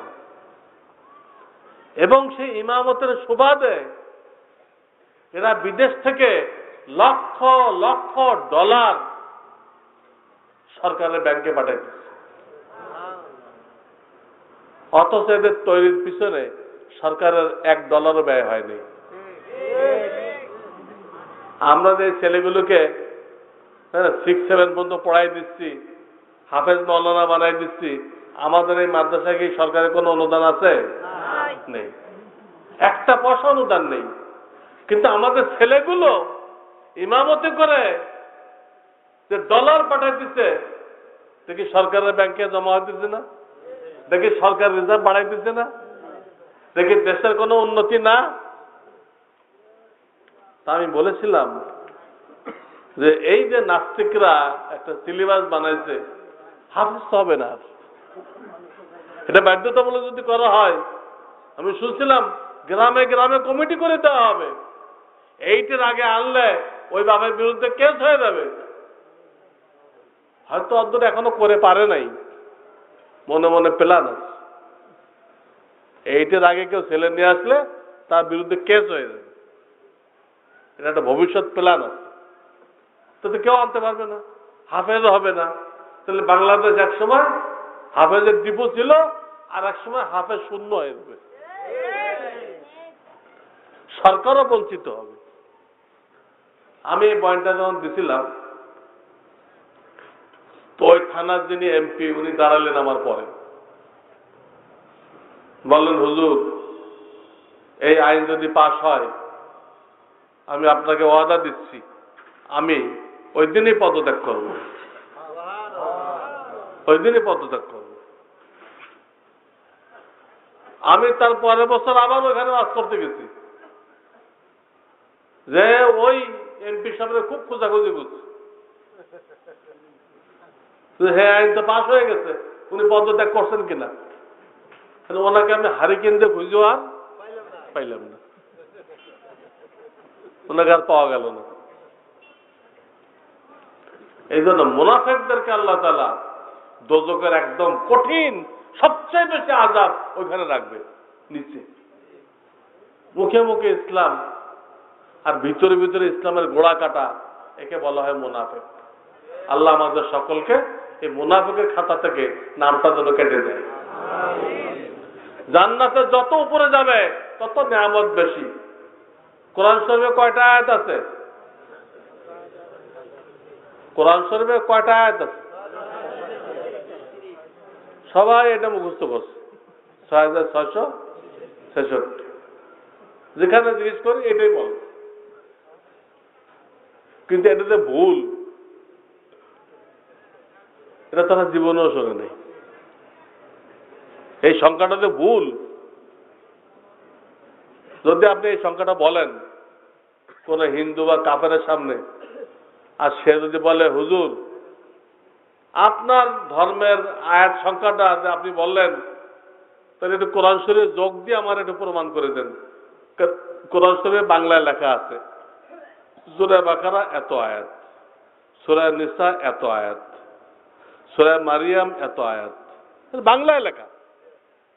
এটা হিন্দু যদি আপনাকে চ্যালেঞ্জ করে, বাংলায় লেখা, আপনিও বাংলা পড়তে পারেন, আমিও বাংলা পড়তে পারি, চল এটা যোগ দেই।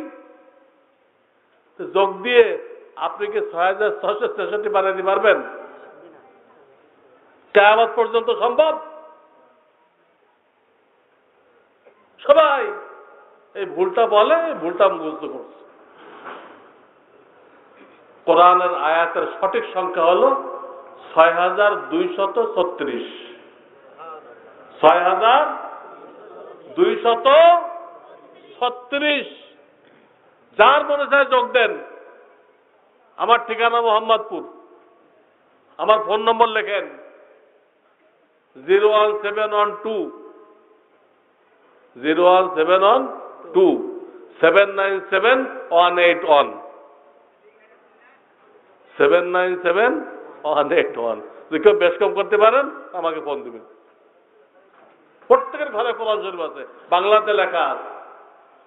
একটা হিন্দু যদি চ্যালেঞ্জ করে, আপনি কি মুসলমান হইলেন? আপনার কোরআন শরীফ কয়টা আয়াত তাও কইতে পারেন না, আপনার কপালে দাগ পড়ে গেছে, কি কইবেন আপনি? আয়াতটাও ভুল, তো খুব দুঃখজনক। কিন্তু এটা তো আল্লাহ মেহেরবান। আমি বলছিলাম ওয়াজ মাহফিলের উদ্দেশ্য হলো ভুল ঠিক করা। উদ্দেশ্য কি? জীবনের ভুল ঠিক করা। এই একটা ভুল ঠিক হলো, আয়াত সংখ্যাটাও জানি না, ওয়াজ শুনতে শুনতে দাড়ি পেকে গেছে। তো এই ছেলে পেলে ওই এক আয়াত পড়বে আর চড়বে, পড়বে আর চড়বে। তো ফাজাইলে কোরআনে একটা হাদিস আছে, ওই হাদিসের মধ্যে লিখছে আল্লাহ তাআলা আলেমকে এবং হাফেজকে জান্নাতের যত উপরে স্থান দান করবেন, তার সম্মানার্থে তার বাপ মাকেও ওই জান্নাত দান করবেন। ওই জান্নাত, একই জান্নাত দান করবেন। আমি এটা একটা উদাহরণ দিয়ে থাকি, কথাটা বোঝার জন্য উদাহরণ দেই। আপনি হয়তো মূর্খ, আপনার ছেলে এমপি হয়ে গেছে, এই কথা কয়েন না, তাহলে বয়ান বন্ধ হয়ে যাবে। আপনি হইতে পারে মূর্খ, কিন্তু আপনার ছেলে বড় শিক্ষিত হয়ে কি হয়ে গেছে, এমপি হয়ে গেছে। তাহলে এমপি, এই যে সদস্য ভবন, সংসদ ভবন, এখানে সব এমপিরা কয়েকটা রুম পায় না, পায় কিনা? এমপি হওয়ার কারণে আপনার ছেলে যে রুম পাবে, আপনি একটা মূর্খ মানুষ, ওই ছেলের বাপ হওয়ার কারণে আপনি ওখানে থাকতে পারবেন কিনা? আর মিসালটা সহজে বোঝা গেল না?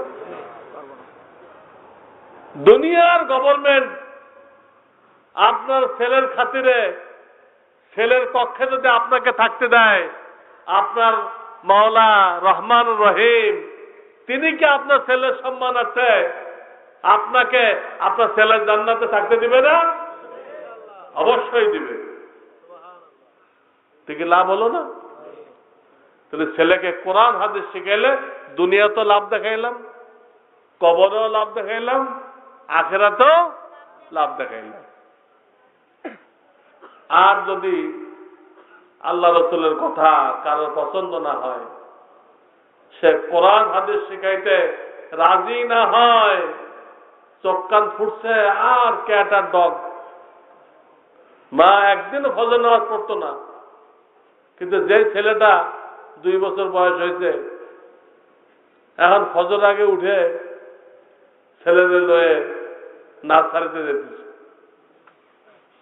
যেতেছে না, ফজর নামাজে উঠতে পারলো না, আর এখন ভোরে ছেলেকে পৌঁছানোর জন্য ঠিকই উঠতে পারতেছে।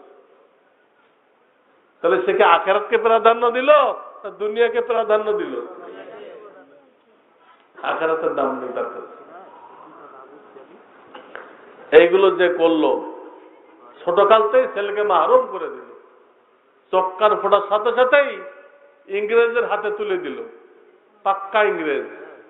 সেন্ট জোসেফ, সেন্ট পল, এইসব খ্রিস্টানদের স্কুল, নটরডেম খ্রিস্টানদের স্কুল, এসব স্কুলে দিয়ে দিল, এসব স্কুলে দিয়ে দিল। তাহলে এই ছেলে গ্রাজুয়েট পড়ুক, মাস্টার্স করুক, কোথাও কি পড়বে? বাপ মার 14টা হক আছে। আপনারা যারা গ্রাজুয়েট করছেন কোথাও কি পড়ছেন? বাপ মার 14টা হক পড়ছেন? তো ও তো পড়বে না, তো জানলাই না তার বাপ মায়ের পাও নাকি আদায় আমল কর্ম করতে গিয়ে। আগে তো জানা থাকতে হবে, জানাই না। আপনাকে কতটুকু সম্মান করবে তাও আমার জানা নেই। অনেক ছেলে পেলে বাপ মাকে সম্মান করেন না, কারণ বাপ যখন আসে শহরে ওই লুঙ্গি পরে আসে, তাও এক পায়ে হাঁটু পর্যন্ত, আর এক পায়ে নেমে রয়েছে। তো পোলারে তার বন্ধুরা জিজ্ঞেস, কে এই লোককে রে, ক্ষেত খামাতেছি কে? আমার গ্রামের বাড়িতে থাকে, দেখাশোনা করে। বাপ কইতে রাজি নেই, আমার গ্রামের বাড়িতে থাকে, আমাদের গরু ছাগলগুলো দেখে। এই হলো বাপের পরিচয়। বলেন নাউযুবিল্লাহ। এগুলো ঘটছে, কোনো সম্ভাবনা কইতেছি না আমি, ঘটে গেছে। দুনিয়াতে আপনি সম্মান সেবা পাবেন না। 2 নম্বর, এই ছেলে যখন মরতে লাগবে, মরা শুরু করবে, তো আপনার বিরুদ্ধে বদদোয়া দিতে দিতে মরবে। মরে না এখন, তখনই বদদোয়া শুরু হয়ে যাবে। মাওলানা আশরাফ আলী থানভী সাহেবের নাম কি শুনছেন? মাওলানা আশরাফ আলী থানভী, এই নামটা শুনছেন?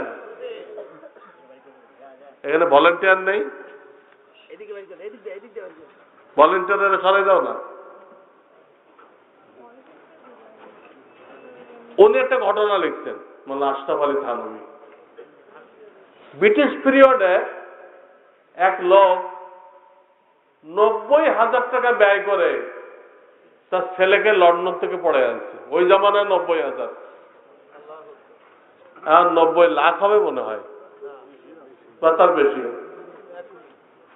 পড়ে আছে সর্বোচ্চ ডিগ্রি ভারতবর্ষে মনে হয় তার উপরে ওই সময় কারো ডিগ্রি ছিল না ওই ছেলের উপরে কারো ডিগ্রি নেই এত বড় ডিগ্রি বাপ তো মহা খুশি আমার ছেলে সর্বোচ্চ চাকরি করবে হাজার হাজার টাকা আমার হাতে তুলে দিবে আমি মনের মতো গাড়ি বাড়ি বাগান সুইমিং পুল ইচ্ছা মতো বানাবো খুব খুশি না এত বড় বিদ্যান হয়ে আছে এই ছেলে আসার পরে বিভিন্ন অফিস থেকে তার কাছে দরখাস্ত করা হয়েছে অফিস থেকে যে আপনি আমাদের এখানে জয়েন করেন এখন তো চাকরি খুঁজতে হয় ও ডিগ্রির চোটে চাকরি ওকে খুঁজতেছে চাকরি ওকে খুঁজতেছে তো ও বলল আমি অনেক বছর পরে দেশে আসছি একটু আত্মীয় স্বজনের সাথে দেখা করি এরপর আমি ডিসিশন নিব সিদ্ধান্ত নেব এই কথা বলল তো কোথাও কথা দেয় নাই ওই নানার বাড়ি খালুর বাড়ি মামার বাড়ি এসব জায়গায় দাওয়াত টাওয়াত খাইতেছে এর মধ্যে তার পেট খারাপ হয়ে গেল ডায়রিয়া হয়ে গেল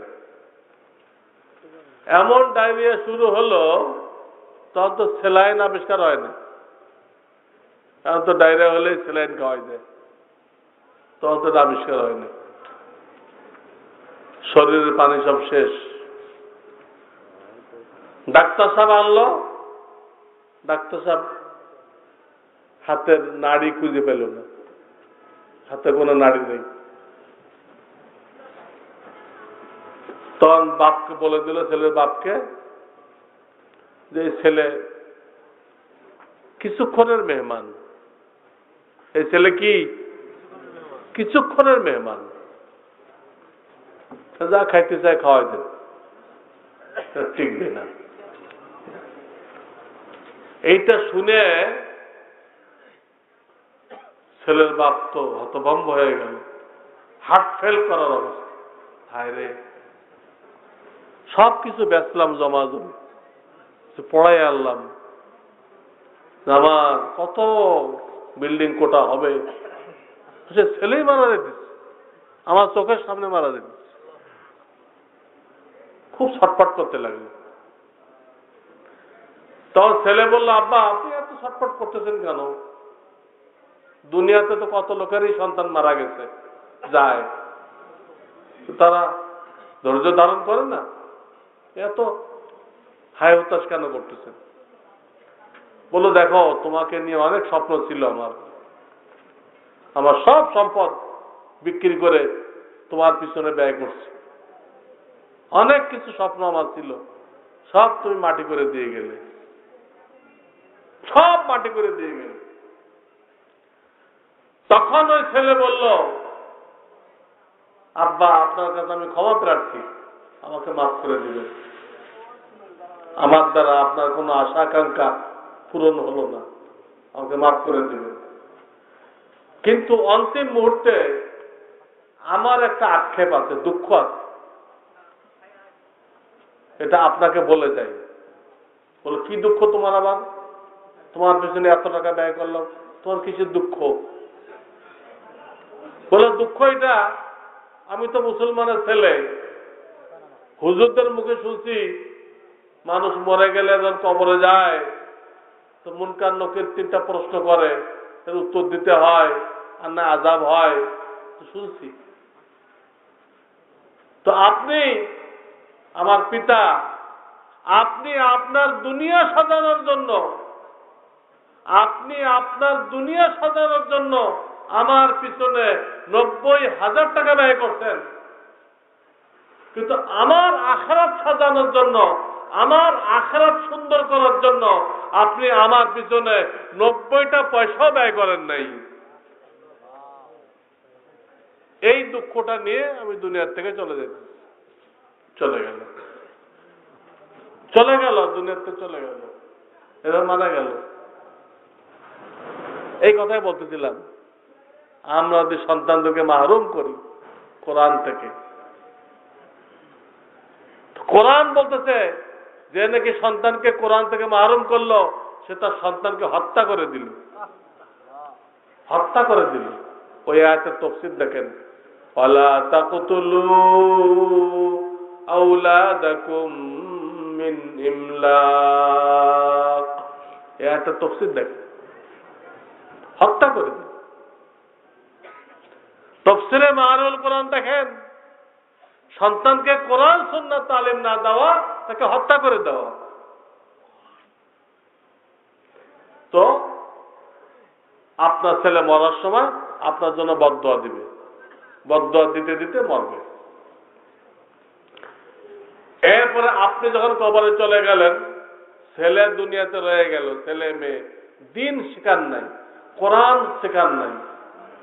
এই ছেলে নামাজ পড়বে না, রোজা রাখবে না, বিভিন্ন গুনাহ করবে, করবে কিনা, নাচ গান দেখবে, এগুলো করবে। ওদের গুনাহ ওদের আমল নামায় থাকবে, কমানো হবে না। কিন্তু ওই বরাবর গুনাহ প্রত্যেক দিন আপনার আমার আমল নামায় যোগ করা হবে, প্রত্যেক দিন আপনার আমার আমল নামায় যোগ করা হবে। তখন হাসরের ময়দানে কবরের আযাব তো বাড়বেই, কবরের আযাব তো বেড়ে গেলই। এবং হাসরের ময়দানে যখন আমরা উঠবো তো কিসের পাল্লা ভারী হবে? 4-5টা 8-10টা ছেলে পেলে রেখে গেছেন, একটারও দিন শিখার নাই, সবগুলো বদ্দিন হয়ে গেছে, মাস্তান হয়ে গেছে, হিরঞ্চি হয়ে গেছে। এদের গুনাহ সব আপনার আমার আমলনামায় যোগ হবে। হাসরের ময়দানে যখন উঠবো তো গুনার পাল্লা কি হবে? ভারী হয়ে যাবে। আর গুনার পাল্লা ভারী হয়ে গেলে আয়াত, ওয়া আম্মা মান খাফফাত মাওয়াজিনুহু ফাউম্মুহু হাবিয়া ওয়া মা আদরাকা মা হিয়া নারুন হামিয়া। আল্লাহ বলে দিচ্ছেন, যার নেকির পাল্লা হালকা হয়ে যাবে তার ঠিকানা হলো হাবিয়া। হাবিয়া পরে আয়াতে বলতে, হাবিয়া কি জিনিস জানো? জ্বলন্ত আগুন, জ্বলন্ত আগুন, এই হবে তার ঠিকানা। তো ছেলের কারণে গুনার পাল্লা ভারী হয়ে গেল, দোজখে যেতে হবে। খালি তাই না, ওই ছেলে আল্লাহর কাছে আপনার বিরুদ্ধে নালিশ করবে, যাদেরকে কোরআন শেখানো হয় নাই তাদের নালিশ করবে। এক জায়গায় আসছে, আল্লাহ ওই বাপ মাকে সামনে আনো, ওদেরকে পদদলিত করে তারপর দোজখে যেতে চাই, তার আগে যাব না। এই এক জায়গায় আসছে। আর এক জায়গায় আসছে, আল্লাহ দুনিয়াতে বাপ মা যা কইছিল ওইটাই শুনছিলাম, তারা আমাদেরকে গুমরা করে দিছে। আল্লাহ ওই বাপ মার আযাবকে দ্বিগুণ করে দাও এবং তাদের উপরে লানত নাযিল করো। রব্বানা আতিহিম যিফাইন মিনাল আযাব ওয়া লা'আনহুম লা'নান কাবীরা, তার আযাবকে ডবল করে দাও। আপনার কলিজার টুকরা ছেলে আল্লাহর কাছে ফরিয়াদ করতেছে আপনার আযাবকে ডবল করে দেওয়ার জন্য, আর আপনার উপরে লানত নাযিল করার জন্য। তাহলে দিন না শিখাইলে দুনিয়া তো পাইলেন না কিছু, কবর আযাব বেড়ে গেল, আর আখিরাতে ছেলের বদদুয়া, ছেলের নালিশ, দোজখ। এই কথাগুলো মনে রাখতে হবে। এই জন্য অনুরোধ থাকবে আমাদের ছেলেপেলেকে আলেম হাফেজ বানাইতে পারলে আপনি সবচেয়ে কামিয়াব, সবচেয়ে কামিয়াব। আর যদি এই পরিমাণ ইমানি শক্তি না থাকে, হাফেজ আলেম বানাইবেন, অন্তত 2 বছরের জন্য দিবেন, অন্তত 2 বছরের জন্য দেন। ইনশাল্লাহ টুও পড়ে আসবে, মুসলমান হয়ে আসবে। স্কুলে যেটা পড়তো ওটাও পড়ে আসবে, আর কি হয়ে আসবে? মুসলমান হয়ে আসবে। স্কুল কলেজে যে নাস্তিক হবেন, নাস্তিক হবেন, বদ্দিন হবেন, কারো সিনায় কোরআন ঢুকলে সে আর বদ্দিন হয় না। আপনাকে রাজি আছেন না এতটুকু? তাদের সাহস আছে, হাফেজ বানান। আমরা 3 ভাই, অনেকে তো এক একটার এক লাইন দেয়। আমার পিতা রহমাতুল্লাহ আলাই 3 জনকে এই লাইনে দিচ্ছে, 3 জনকে। কিন্তু কই, আমরা কেউ ঠকিনি। আল্লাহ আমাদের 3 ভাইকে ইজ্জতের সাথে রাখছে, ইজ্জতের সাথে রাখছে। আমাদের সাথে যারা স্কুল কলেজে পড়ছে তারা আমাদের 1000 ভাগের 1 ভাগ ইজ্জত পায় নেই। আমার সাথে যারা স্কুলে পড়ছে, কিছু তো পড়ছে স্কুলে, তারা এখন অনেক ডিগ্রি নিছে, কিন্তু আমাদের কাছে ইজ্জত আল্লাহ তাআলা দিচ্ছে এর 1000 ভাগের 1 ভাগও তারা পায় নাই। এই জন্য বলতেছিলাম, আলেম বানাইতে পারলে, হাফেজ বানাইতে পারলে সবচেয়ে কামিয়াব। না পারেন অন্তত 2টা বছরের জন্য দিয়ে মুসলমান বানান, যাতে আপনার জানাজাটা আপনার ছেলে যেন পড়াইতে পারে, আপনার জানাজা যেন আপনার ছেলে পড়াইতে পারে। অন্য লোক কতটুকু কান্দে আপনার জন্য, আপনার ছেলে যে দিল নিয়ে ফরিয়াদ করবে, অন্য কেউ পারবে এটা? এই হলো আমার দ্বিতীয় কথা, যে সন্তানদেরকে দ্বীনি তালিম দিতে হবে। সন্তানদেরকে কি দিতে হবে? দ্বীনি তালিম। প্রশ্ন করবে, হুজুর যেগুলো বড় হয়ে গেছে ওদেরকে কেমনে দিব? ওদের তো মাদ্রাসায় নিবে না, এই মাদ্রাসায়।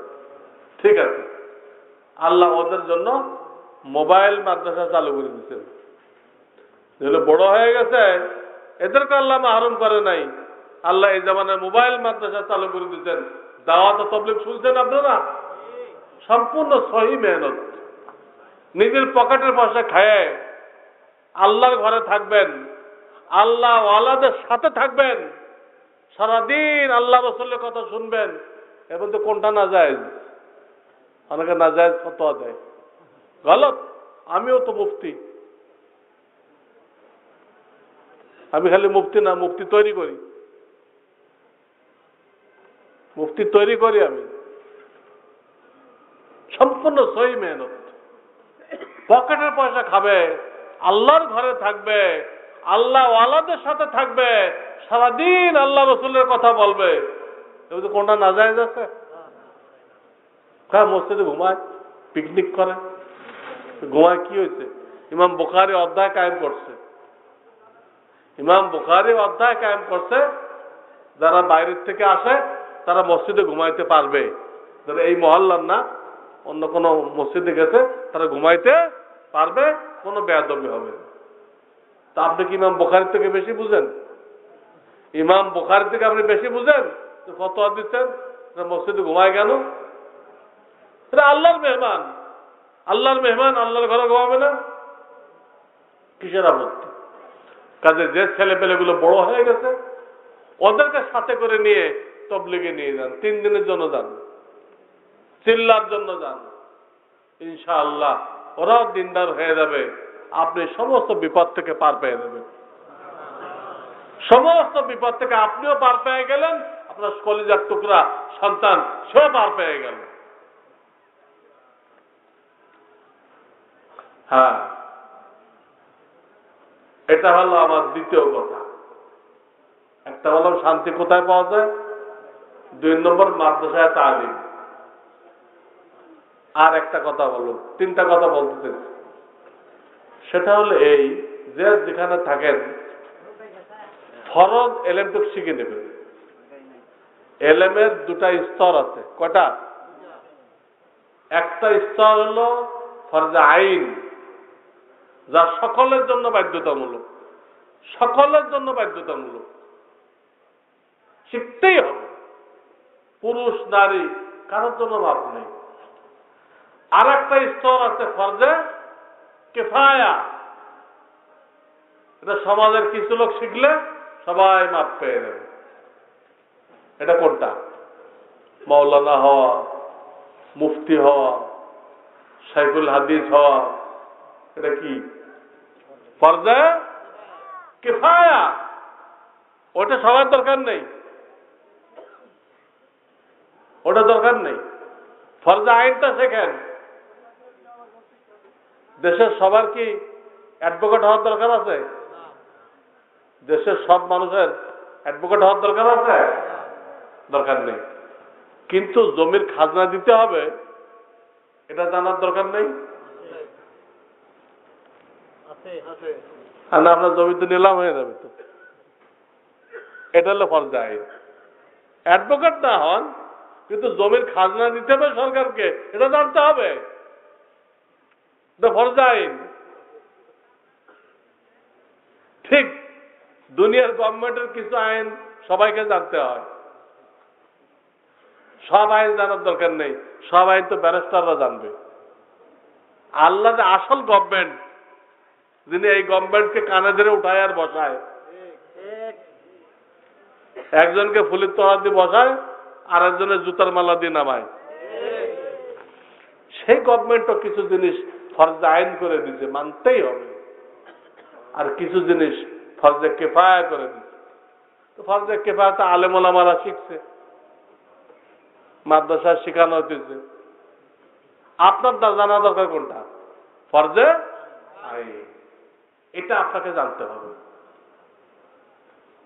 এবং আলেমদের দায়িত্ব যে যেখানে আছে ফরজে আইনের উপরে জুমার সময় বয়ান থাকবে, যেন 2-1 বছর ভিতরে সমস্ত মুসাল্লিরা ফরজ এলেমটুক শিখে ফেলে। কারণ আপনাদের এখানে তো এই মাদ্রাসাতে একদিন পড়লেন বছরে, এই মাদ্রাসায় বছরে একদিন পড়লেন। আপনাদের সাপ্তাহিক মাদ্রাসা তো মসজিদ। আপনাদের সাপ্তাহিক মাদ্রাসা কোনটা? মসজিদ। ওখানে জুমার সময় যে বয়ান হয়, ওখানে কিসসা কাহিনী কইলে হবে না। বিলকিসের কিসসা, এই বিলকিসের কিসসা কইলে হবে না। নিষেধ না, বলুক, ফাঁকে ফাঁকে বলুক, কিন্তু ওখানে আসল কথা হলো ফরজে আইন এলেম শিক্ষা দিতে হবে। তারা মসজিদের খতিব, তারা তাদের মুসাল্লিদেরকে ফরজে আইন এলেম শিক্ষা না দিলে তাকে আল্লাহর কাছে কৈফিয়ত দিতে হবে। তুমি সারা দুনিয়ার আগরম বাগরম কিসসা শোনাইলা আর আসল কথাগুলো বললা না কেন? ফরজে আইন কি? সূরা বাকারা 177 নম্বর আয়াতে 5টা বিষয় বলা হয়েছে। কয়টা? কয়টা? এই 5টা বিষয়ের এলেম অর্জন করা ফরজে আইন। এখন ব্যাখ্যা দেওয়া সম্ভবপর না, আমি একটু টাচ দিব, টাচ। সময় হয়ে গেছে। ফরজে আইন কয়টা? আগে বলেন কি কি? ঈমান শিক্ষা করা, নামাজ রোজা সুন্নত মোতাবেক করা, রিজিক হালাল রাখা, বাপ মা সহ বান্দার হক আদায় করা, অন্তরের 10টা রোগের চিকিৎসা করানো, একে বলে আত্মশুদ্ধি। কটা হয়েছে? কটা হয়েছে? সূরা বাকারা 177 নম্বর আয়াত, একই আয়াতের মধ্যে এই 5টা বিষয় পাবেন। লাইসাল বিররা আন তুওয়াল্লু উজুহাকুম কিবালাল মাশরিকি ওয়াল মাগরিব ওয়ালাকিন্নাল বিররা মান আমানা বিল্লাহি ওয়াল ইয়াউমিল আখির। এই আয়াতে 5টা বিষয় আছে। তো এটা শর্ট টাইমে তো বলা যায় না। 1 নম্বর কি? ঈমান শিখতে হবে। আমাদের কাছে যে ঈমান আছে এটা হলো পৈতৃক সূত্রে ঈমান। এটা হলো বাই চান্স ইমান। আল্লাহ কাছে লাগবে কোনটা? বাই চয়েস ইমান, যেটা আপনি শিখছেন কষ্ট করে, ওই ইমান লাগবে। এখন যে ইমান আমাদের কাছে আছে, এই ইমান তো 5 টাকায় বিক্রি হয়ে যায়। যদি আপনি দোকানে বসে দেখেন, একটু কথা ঘুরাই বললে 5 টাকা লাভ হয় বেশি, তো ঘুরাই বলবেন, কারণ আপনার পৈতৃক ইমান। এটা শিক্ষা করা, তৈরি করা ইমান না। তৈরি করা ইমানদার, তাকে কেউ কিনতে পারে না, পুরা দুনিয়া তাকে দিয়েও কেনা যায় না। যারা বরাবর ইমানদার আছে, বালুকণা বরাবর, বালুকণা বরাবর। এখো আল্লাহ রাব্বুল আলামিন হাসরের ময়দানে এই দুনিয়া সমান 11 গুণ বড় জান্নাত দান করবেন। এই দুনিয়া সমান 11 গুণ বড় জান্নাত দান করবেন। আপনারা জানেন কয় গুণ? আজকে 1 গুণ বেড়ে গেল, ভুল ঠিক হয়েছে। হাদিস আছে, আদ দুনিয়া ওয়া আশরাতু আমসালিহা, দুনিয়ার মতো দেওয়া হবে আর 10 গুণ দেওয়া হবে। তো মোট কয় গুণ হলো? পরিষ্কার কথা। এটা কোন হুজুরে 10 গুণ তর্জমা করছে আল্লাহ জানে। 11 গুণ। বালুকণা বরাবর ইমানের দাম 11 দুনিয়া। তাহলে আপনি কয় টাকা দিয়ে তার ইমান কিনবেন? খ্রিস্টানরা যাই দেখেন গাজীপুরের কালীগঞ্জ, 1.5 কাঠার উপরে টিনের একটা ঘর তুলে দিছে, দিয়ে ইমান কিনে নিচ্ছে। 1.5 কাঠার উপরে একটা ঘর তুলে দিচ্ছে, মাত্র 1.5 কাঠা, দিয়ে ইমান কিনে নিচ্ছে। ইমান কি এত সস্তা? আজকাল কিছু ভাই এদেরকে আবার মুসলমান বানানোর চেষ্টা করতেছে। এটা জরুরি না? না, বেঈমান হইতে থাকুক,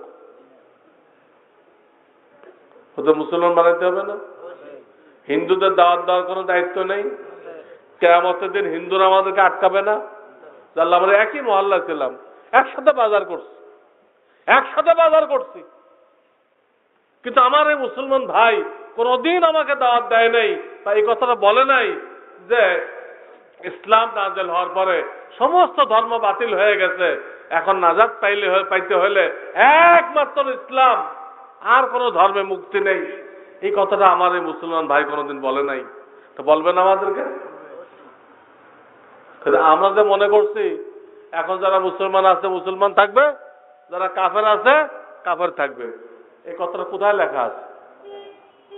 এই কথাটা কোথায় লেখা আছে যে এখন থেকে যারা মুসলমান তারা মুসলমান থাকবে, যারা কাফের তারা কাফের থাকবে? দাওয়াত ফরজ, নামাজ যেরকম ফরজ, দাওয়াত দেওয়া ফরজ। সে দাওয়াত মুসলমানকেও দিতে হবে। মুসলমানদের আমলে ভুল আছে, এই জন্য মুসলমানকেও দিতে হবে, অমুসলমানকেও দিতে হবে। মুসলমানকেও দিতে হবে, অমুসলমানকেও দিতে হবে। তাবলীগ জামাতের পক্ষ থেকে মুসলমানদের আমল ঠিক করার জন্য দাওয়াত দেওয়া হচ্ছে। আর একটা তাবলীগ জামাত দরকার, যারা অমুসলমানদেরকে কি করে, তাদের সহযোগিতা করার দরকার নেই আমাদের? এরকম জামাত তৈরি করেন।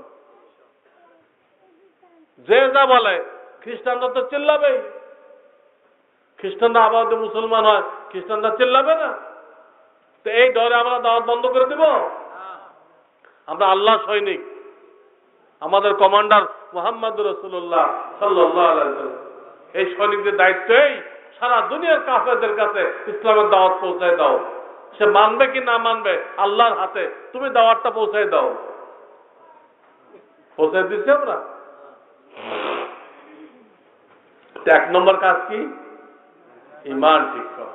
ইমান যদি কারো ঠিক হয়ে যায়, আমানতু বিল্লাহি ওয়া মালাইকাতিহি, 7টা পয়েন্ট আছে। কয়টা? এই পয়েন্টগুলো মনে প্রাণে বিশ্বাস করার নাম ইমান। এর কোন একটা যদি কেউ অবিশ্বাস করে, সন্দেহ করে, তুচ্ছ তাচ্ছিল্য করে, ওই সেকেন্ডে সে বেঈমান হয়ে যাবে। মুমিন হইলে লাভ কি? বিশ্বাস করার নাম মুমিন। মুমিন যে হবে সে পয়লা চান্সে হোক দ্বিতীয় চান্সে হোক বেহেশতে যাবেই যাবে। নেকি থাকে পয়লা চান্সে যাবে, নেকি নেই, নামাজ টামাজ ঠিক মতো পড়ে নাই, তো অন্তত দ্বিতীয় চান্সে যাবে। ইমানদার কোনদিন চিরস্থায়ী দোজখে থাকবে না। কোন ইমানদার চিরস্থায়ী দোজখে থাকবে না, বের হয়ে। কিন্তু ইমানে যদি ভুল বের হয়, একটা ভুল যদি বের হয়, তো ইমান আর চলবে না। ইমানের মধ্যে কোনো ভুল গ্রহণযোগ্য না। আমার 20-25 খানা কিতাব আছে, বড় ছোট মিলে 20-25 খানা কিতাব আছে। তো ইসলামিক ল আমার লেখাটা বই আছে, ইসলামিক ল ফতোয়া রহমানিয়া। আমাদের অ্যাডভোকেটরা তো ব্রিটিশ ল জানে না? তাদের উচিত এই ফতোয়া রহমানিয়া পড়া, ইসলামিক ল। ইসলামিক লর উপরে এই দেশে আমার আগে কেউ লিখতে বললে আমার জানা নেই। ইসলামিক ল আর কেউ লিখতে বলে আমার জানা নেই। সবার পড়া উচিত, অ্যাডভোকেটদেরও পড়া উচিত, যাতে ব্রিটিশ লর সাথে ইসলামিক লটাকে কম্পেয়ার করতে পারে, যে ব্রিটিশ ল থেকে ইসলামের ল কত উন্নত, কত সুন্দর। তো আমার একটা বইয়ের নাম হলো কিতাবুল ঈমান। একটা বইয়ের নাম কি? এইটা যদি আপনারা মহল্লায় তালিম চালু করে দেন, ইনশাআল্লাহ ঈমান সহি হয়ে যাবে। ঈমান সহি হয়ে গেলে আজ হোক কাল হোক, পয়লা চান্সে হোক দ্বিতীয় চান্সে হোক, সে বেহেশতে যাবেই। আর ঈমানে গলত বের হইলে সে যত বড় নামাজি হোক, যত বড় রোজাদার হোক, 100 হজ করুক, 1 লাখ কোরআন খতম করুক, সে কোশ্চিন কালেও বেহেশতে যাবে না। কোশ্চিন কালেও বেহেশতে যাবে না। ঈমানের মধ্যে যদি ভুল বের হয়ে আসে কোন একটা পয়েন্টে, সে গলত বিশ্বাস করছে, সে যত বড় নামাজি হোক, যত কোটি টাকা আল্লাহ রাস্তায় ব্যয় করুক, মসজিদ বানাই দিক, মাদ্রাসা বানাই দিক, 100 বার হজ করুক, কোনো কিছু কবুল হবে না। তার ঠিকানা দোজখ। ঠিকানা কি? দোজখ। এই জন্য শরিয়াতে সবচেয়ে জোর দিতে কিসের উপরে? সবচেয়ে জোর কিসের উপরে? আর আমাদের সবচেয়ে অবহেলা কিসের ব্যাপারে? শরিয়াত যেটা সবচেয়ে জোর দিতে, আজকে দুনিয়ার মুসলমানরা সেটা সবচেয়ে অবহেলা করছে। যদি শিখতে হবে, শিখার দরকার মনে করে না। আমি তো মমিন আছি, কোত্থেকে মমিন হইল? ইমান তো শিক্ষা করার জিনিস। ডাক্তারের ছেলে কি না পড়ে ডাক্তার হয়? দেখছেন? ইঞ্জিনিয়ারের ছেলে কি ইঞ্জিনিয়ারিং না পড়ে হয়? মুফতির ছেলে কি মুফতি হয়? তাহলে মমিনের ছেলে মমিন হবে কেমনে?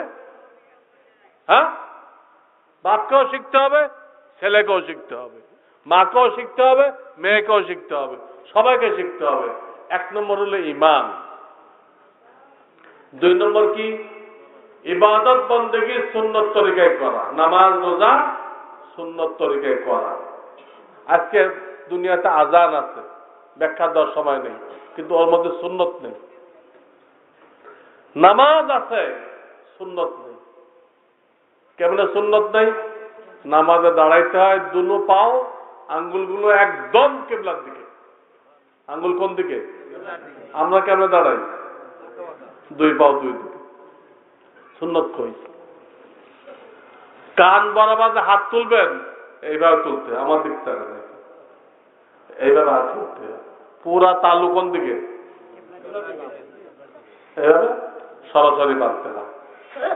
আমরা তুললে এইভাবে, কেউ সাপের করার মতো, কেউ কান ধরে, আবার সরাসরি বাঁধবে না, কেন? ঝুলাই দিয়ে,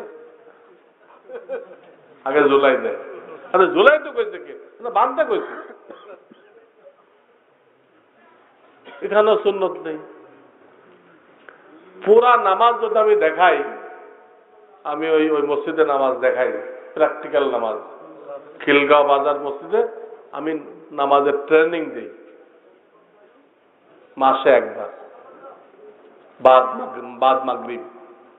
এটা আপনি যদি দেখেন তো বুঝবেন যে আমাদের নামাজ নামাজই না, শুধু ঠোকর খাইতেছি আমরা। আল্লাহ রসুলকে আল্লাহ জিব্রাইলকে পাঠিয়ে 10 বার ট্রেনিং দিচ্ছে নামাজের। রসুলকে মেরাজে যখন নামাজ ফরজ হলো তার পরের দিন জিব্রাইলকে পাঠিয়ে কয়বার ট্রেনিং দিছে? আমরা কয়বার দিছি? একবারও না। মস্ক ছাড়া, প্রশিক্ষণ ছাড়া নামাজ হবে না। দুনিয়ার কাজ কি প্রশিক্ষণ ছাড়া হয়? গাড়ি চালাইবেন, প্রশিক্ষণ ছাড়া হবে? হ্যাঁ, কোনটা হয় প্রশিক্ষণ ছাড়া? টিচারই করবেন তো টিচার ট্রেনিং দিতে হবে না? ডাক্তারি করবেন তা আপনাকে ইন্টার্নি করতে হবে না? দুনিয়ার কোনো গুরুত্বপূর্ণ কাজ ট্রেনিং ছাড়া হয়? তো নামাজ সবচেয়ে গুরুত্বপূর্ণ, ট্রেনিং ছাড়া কিভাবে হবে? জরুরি। নামাজে মোনাজাত করি না আমরা? করি। এর সুন্নত তরিকা কি? শুরু বললাম, শেষটাও বলি, মাঝখানে গুলো থাক। এটা এই এলাকার হুজুরা শিখাই দিবে। আমি শুরু আর শেষ বলি। এই সিনা বরাবর হাত তোলেন, সিনা বুক, সবাই সিনা বরাবর হাত তোলেন। হাতের তালু আকাশের দিকে, হাতের তালু আকাশের দিকে, 2 হাতের মাঝখানে অল্প একটু ফাঁক, অল্প একটু ফাঁক, অল্প একটু ফাঁক। এগুলো হাত তোলা সুন্নত তরিকা। হামদ সালাত পড়ে শেষ করতে হবে। হামদ সালাত আমিন বলে শেষ করতে হবে। হামদ সালাত পড়ে শুরু করতে হবে, হামদ সালাত আমিন বলে শেষ করতে হবে। এগুলো তোলার নিয়ম। এই সুন্নতটা আমরা মস্ক না করার দরুন আমরা কি করি? আমাদের ভুলটা দেখেন, আমরা সুন্নত না জানার কারণে 10 রকম ভুল আবিষ্কার করছি। কয় রকম? মোনাজাতে 10 রকম ভুল আবিষ্কার করছি। কি? কেউ আছে একদম মিলাই দেয়,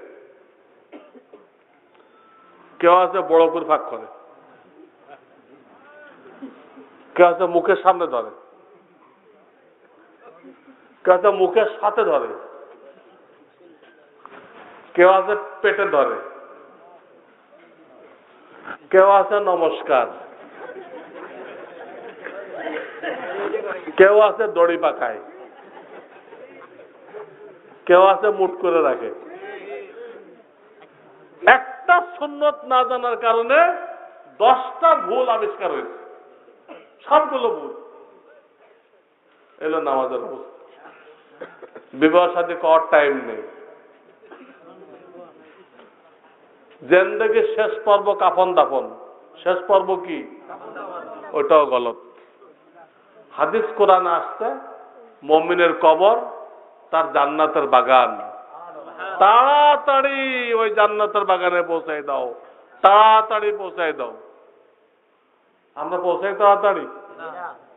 আমরা গোসল দিয়ে লাশ ফেলে রাখি, জুমার পরে জানাজা হবে, ঠিক কিনা? এই যে দেরি করলেন এত ঘন্টা, দেখে আল্লাহ অনুমতি দিছে? কিতাবে লিখছে জানাজা নামাজ পড়ার পরে, জানাজা নামাজ পড়ার পরে মাইয়েতের চেহারা দেখানো নিষেধ। মাইয়েতের চেহারা দেখানো নিষেধ। কেন? যে একে কবরে রাখতে দেরি হয়ে যাবে। এখন চেহারা দেখাইতে গেলে কবরে রাখতে কি হবে? দেরি হয়ে যাবে। অথচ এইখানে চেহারা দেখাইতে তেমন সময় লাগে না, 10-15 মিনিট। 10-15 মিনিট দেরি আল্লাহ ইজাজত দেয় নাই। হাদিস قال رسول الله صلى الله عليه وسلم لا يحل لجيفة مسلم أن تهبس بين ظهراني أهله। পরিষ্কার হাদিস, কোন মুসলমানের লাশ তার পরিবারের ভিতরে আটকায় রাখা জায়েজ নেই। কোন মুসলমানের লাশ, তা আপনি যে ফজর সময় গোসল দিলেন, যে জোহর পর্যন্ত আটকায় রাখলেন, কিভাবে জায়েজ হলো? যেখানে 15 মিনিট ব্যয় করে চেহারা দেখাইতে দিল না, হ্যাঁ, আপনি 5-7 ঘন্টা ফেলে রাখলেন, আপনাকে কে অনুমতি দিছে? আল্লাহ দিছে? রসুল দিছে? কেউ দেয় নাই। আল্লাহর কাছে কৈফিয়ত দিতে হবে, রসুলের কাছে দিতে হবে, ওই লাশের কাছেও দিতে হবে।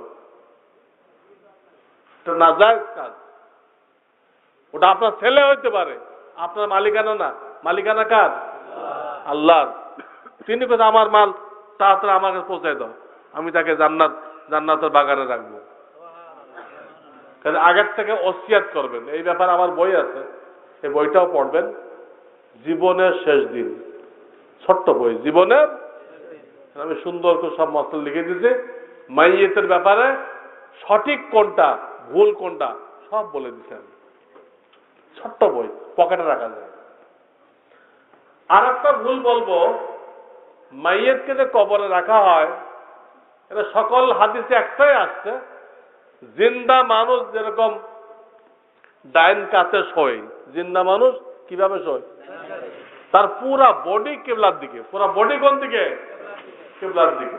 বিশেষ করে সিনা, চেহারা কিবলার দিকে। মাইয়েতকে ওইভাবে কবরে রাখতে হবে। কবরের পশ্চিম সাইডটা গর্ত করতে হয়, ওই গর্তের মধ্যে তার ডাইন সাইড ঢুকাই দিতে হয়, বাম সাইডটা উপরে থাকবে, তা লাশ কোনো দিক পড়বে না। মাথার জায়গাটা কম কাটতে হয়, যাতে বালিশের মতো বডির সাথে কি হয়ে যায়, মিল হয়ে যায়, এক লেভেল হয়ে যায়। এই হলো কবর খোদার তরিকা। সিনা কেবলার দিক হইতে হবে। সিনার মধ্যে কলব আছে, কলবের মধ্যে ঈমান আছে, এটা কোন দিক হইতে হবে? কিন্তু আমরা কি করি? মুখে বলি বিসমিল্লাহি আলা মিল্লাতে রাসূলুল্লাহ, হে মুর্দা, আল্লাহর নামে তোমাকে রসুলের তরিকায় রাখিলাম। কি দাবি করলেন? রসুলের তরিকায় রাখিলাম। অথচ যে তরিকায় রাখছেন আপনি, ওইটা কিন্তু রসুলের তরিকা না। আপনি তো সিনা আকাশের দিক দিচ্ছেন, আর ঘাটটারে মুসড়ে কোন দিক দিচ্ছেন? কেবলার দিকে। এটা কোনো রসুলের তরিকা না। আমাদের রসুল না, পিছনে আরো যত হাজার হাজার নবী রসুল আছে, কারোর তরিকা না এটা। এটা আপনার আমার না জানার কারণে মন গড়া তরিকা। ইসলামের সিনার সাংঘাতিক দাম। ইসলাম ধর্মে আমি বুঝাই কত দাম। নামাজে চেহারা ঘুরে গেলে নামাজ ভাঙে না। নামাজে চেহারা ঘুরে গেলে, কিন্তু সিনা ঘুরে গেলে ওই সেকেন্ডে নামাজ ভেঙে দেয়। এত দাম। সেই সিনা আপনি আকাশের দিক দিচ্ছেন, তাহলে মুনকার নকের আছে কি বুঝতেছে? মুনকার নকের আছে বুঝতেছে এই লোকটা নবীর তরিকার বলছিল না, ছিল। আপনার শোয়া দেখলে সে বুঝতো যে এই লোকটা নবীর তরিকার বলছিল, তার সুন্নত তরিকায় শোয়া দেখে বোঝা যাচ্ছে। তখন আপনাকে খুব মহব্বতের সাথে প্রশ্ন করত, মহব্বতের সাথে প্রশ্ন করত। এখন তো ভয়ঙ্কর ভাবে প্রশ্ন করবে। আল্লাহ আমাদেরকে ইবাদত করে। কবরে শোয়াও ঠিক নেই আমাদের। তারপরে কবরে শোয়ায় আসলাম, শোয়ানোর পরে মাইয়েতের জন্য খতম পড়া হয় না? পড়ার এই এলাকায় হয় খতম? কত করে দেন? হুজুরদেরকে কত করে দেন একা খতম এই এলাকায়? হ্যাঁ, 500 500 একটা। আচ্ছা, আলহামদুলিল্লাহ, সত্য কথা বলে দিচ্ছেন আপনারা। দুনিয়ার জন্য খতম পড়ে টাকা নেওয়া যায়। দুনিয়ার জন্য খতম পড়ে টাকা নেওয়া। আপনি অসুস্থ, খতম পড়াইলেন, আল্লাহ সেবা দান করে। আপনার নামে মিথ্যা মামলা হয়ে গেছে, খতম পড়াই দিলেন। আপনার ছেলেপেলের রেজাল্ট ভালো হোক, খতম পড়াই দিলেন। আপনার ব্যবসায় বরকত হোক, খতম পড়াই। এখানে পয়সা দেওয়াও যায়, নেওয়াও যায়। কিন্তু যখনই সব রেসানির প্রশ্ন আসবে, সব পৌঁছানো, মুর্দারকে সব পৌঁছানো, তখন টাকা দেওয়াও হারাম, নেওয়াও হারাম। দিলেন যে আপনি গুনাহগার হয়েছেন, আমাকে দিলেন, আমার জন্য নেওয়াও কি হারাম হয়েছে। এবং আমাকে দিতে খতম পড়াইছেন, ওই খতম রিজেক্টেড হয়ে গেছে, বাতিল হয়ে গেছে। এখন আমি যে কান্দে কেটে দোয়া করে দিলাম, এই খতমের সবটা আপনার বাপ মা রুহে বক্সে দিলাম, সব নেই তো আর, সব কি হয়ে গেছে, মাটি হয়ে গেছে, সব মাটি হয়ে গেছে। আল আখিলু আল মৌতি আসিমানে, ফতোয়া স্বামীতে লিখছে, দেনেওয়ালা এবং লেনেওয়ালা, দাতা এবং গ্রহিতা দুজন গুনাহ কবিরা করল, সব নষ্ট হয়ে গেল। বাপ মা কিছুই পেল না। আপনি বাপ মাকে ঠকাইলেন, এই যে প্রত্যেক বছর খতম পড়াইলেন আর 1000 করে টাকা দিলেন, কোনো একটা খতমও তাদের রুহে যায় নাই। আপনার ছেলেদের টাকা পাঠায় বিদেশ থেকে, পাঠায় না? আবার টেলিফোনে কনফার্ম করে কিনা? কনফার্ম করে, ঠিক আছে। তা আপনি যে বাপের জন্য টাকা পাঠায় সব পাঠাইলেন, এগুলো মুফতির কাছে কনফার্ম করছেন? হুজুর প্রত্যেক বছর 1000 টাকা দিয়ে পড়াই, তো এই সবটা কি আবার আব্বা আমার রয়ে গেছে? আপনি একটু কনফার্মেশন করেন তো। করছেন? করেন নাই। করলে তারা বলে দিতে এইভাবে পড়াবেন না, তাহলে একদম সব বাতিল। আপনার বাপ মাকে ঠকানো হলো। আমাদের এই কওমি মাদ্রাসাগুলো কওমের খেদমতের জন্য। কি কাজের জন্য? দুনিয়াতে আখেরাতে বিপদে আপদে সবসময় আপনাদের পাশে আছে। কিন্তু আপনি শুধু জানাবেন হুজুর আমার আব্বার নাম এই, তা খতম পড়ে দিবেন, আমরা পড়ে দিব, 1 পয়সাও নিব না। যখন সব লিসানের কথা বলবেন 1 পয়সাও নিব না, হারাম পয়সা নিব না, আপনাদেরকে অন্ধকারে রাখবো না। যদি বলে হুজুর কিন্তু টাকা পয়সা খরচ করতে মনে চায়, হ্যাঁ রসিদ দেন, রসিদ দিয়ে নিয়ে যান। খতমের জন্য কোনো পয়সা নেওয়া হবে না, আলাদা দান করতে চান দান করুন। তো আল্লাহর রাস্তায় এটা বন্ধ করতে, এখন থেকে মাদ্রাসা বলে দিবেন এরা খতম পড়বে, টাকা পয়সা দিয়ে পড়বে। এটা কয় নম্বর পয়েন্ট চলতেছিল? 2 নম্বর পয়েন্ট, ইবাদত বন্দেগীর সুন্নত তরিকায়। আরগুলো তো হলোই নাকি, এগুলো ভবিষ্যতের জন্য রাখেন। আর এই হুজুররা আছে, এরা বলবে রিজিক কেমনে হালাল থাকে, ব্যবসায়ী ব্যবসার মশলা জানবে, চাকুরিজীবী চাকরির মশলা জানবে, যে যেটা করতেছেন ওটার মশলা জানবেন। ডিউটি ফাঁকি দিবেন না, ডেস্টিনি 2000 করবেন না। এর দেশে কোন পূর্ণাঙ্গ ইসলামী ব্যাংক বিমা হয় নাই, ধোকা খাবেন না। কবে বাপ মারা গেছে আজ পর্যন্ত বোনদেরকে মেরাজ দেন নাই, আপনার রিজিক হারাম হয়ে যেতেছে। আপনার উচিত ছিল 1 সপ্তাহের মধ্যে ফারায়েজ বের করে সবাইকে বুঝাই দেওয়া। বাপ যখন মারা গেল 1 সপ্তাহের মধ্যে ফারায়েজ বের করে সবাইকে বুঝাই দেওয়া। কয়জন দিচ্ছি আমরা? একজনও পাওয়া যাবে না। এই যে বন্ধুটা খাইতেছি, এটা হারাম খাইতেছি না? হারাম খাইলে ইবাদত কবুল হয়? হারাম রক্ত শরীরে দৌড়াইতেছে, হারাম রক্ত কলবের মধ্যে যাইতেছে, হার্টের মধ্যে। এই কলব এই হার্ট কোনো ভালো চিন্তা করতে পারবে না, হারাম রক্ত দৌড়াইতেছে। জমি বন্ধক রেখে ফসল খাওয়া হারাম, জমি বন্ধক রেখে ফসল খাওয়া হারাম। 4 নম্বর হলো বাপ মার হক, স্ত্রীর হক, সন্তানের হক। স্ত্রীর সবচেয়ে গুরুত্বপূর্ণ হক হলো তাকে দিন শিক্ষা দেওয়া। সবচেয়ে গুরুত্বপূর্ণ হক কোনটা? সবগুলো বলার টাইম নেই, আমি এখান থেকে ওখান থেকে বলতে। দিন শিক্ষা দেওয়া, শুধু বাসস্থান আর কাপড় চোপড় আর খানা দিলে স্ত্রীর হক আদায় হবে না। কু আনফুসাকুম ওয়া আহলিকুম নারা, কোরআনের আয়াত, দিন শিক্ষা দিতে হবে। দিনই কিতাব কিনে দেন। এই মাহফিলে যা শুনলেন এগুলো বাড়িতে দিয়ে বলবেন। মাঝে মধ্যে তাদের জন্য মাহফিলের ব্যবস্থা করবেন। শুধু মহিলারা কোনো বাড়িতে জমা হবে, পর্দার আড়াল থেকে একটা হুজুর বয়ান করে। মহিলাদের দায়িত্ব কর্তব্য, এই ব্যাপারে আমার লিফলেট আছে। মুসলিম মহিলাদের দায়িত্ব কর্তব্য, মুসলিম মহিলাদের, এদেরকে আল্লাহ তাআলা কয়টা কাজ দিয়ে বানাইছে সব ওই লিফলেটে লেখা আছে, এখন বলার সময় নেই। তো এইটা হলো 4 নম্বর। 5 নম্বর হলো জন্মগতভাবে আমাদের অন্তরে কিছু ব্যাধি আছে। কয়টা? 10টা ব্যাধি আছে। একটা হলো রাগ। একটা ব্যাধির নাম কি? এটা একটা রোগ, আপনারা জানেন? কবে জানেন? আন্দাজে কইলে এর নামই কইলাম।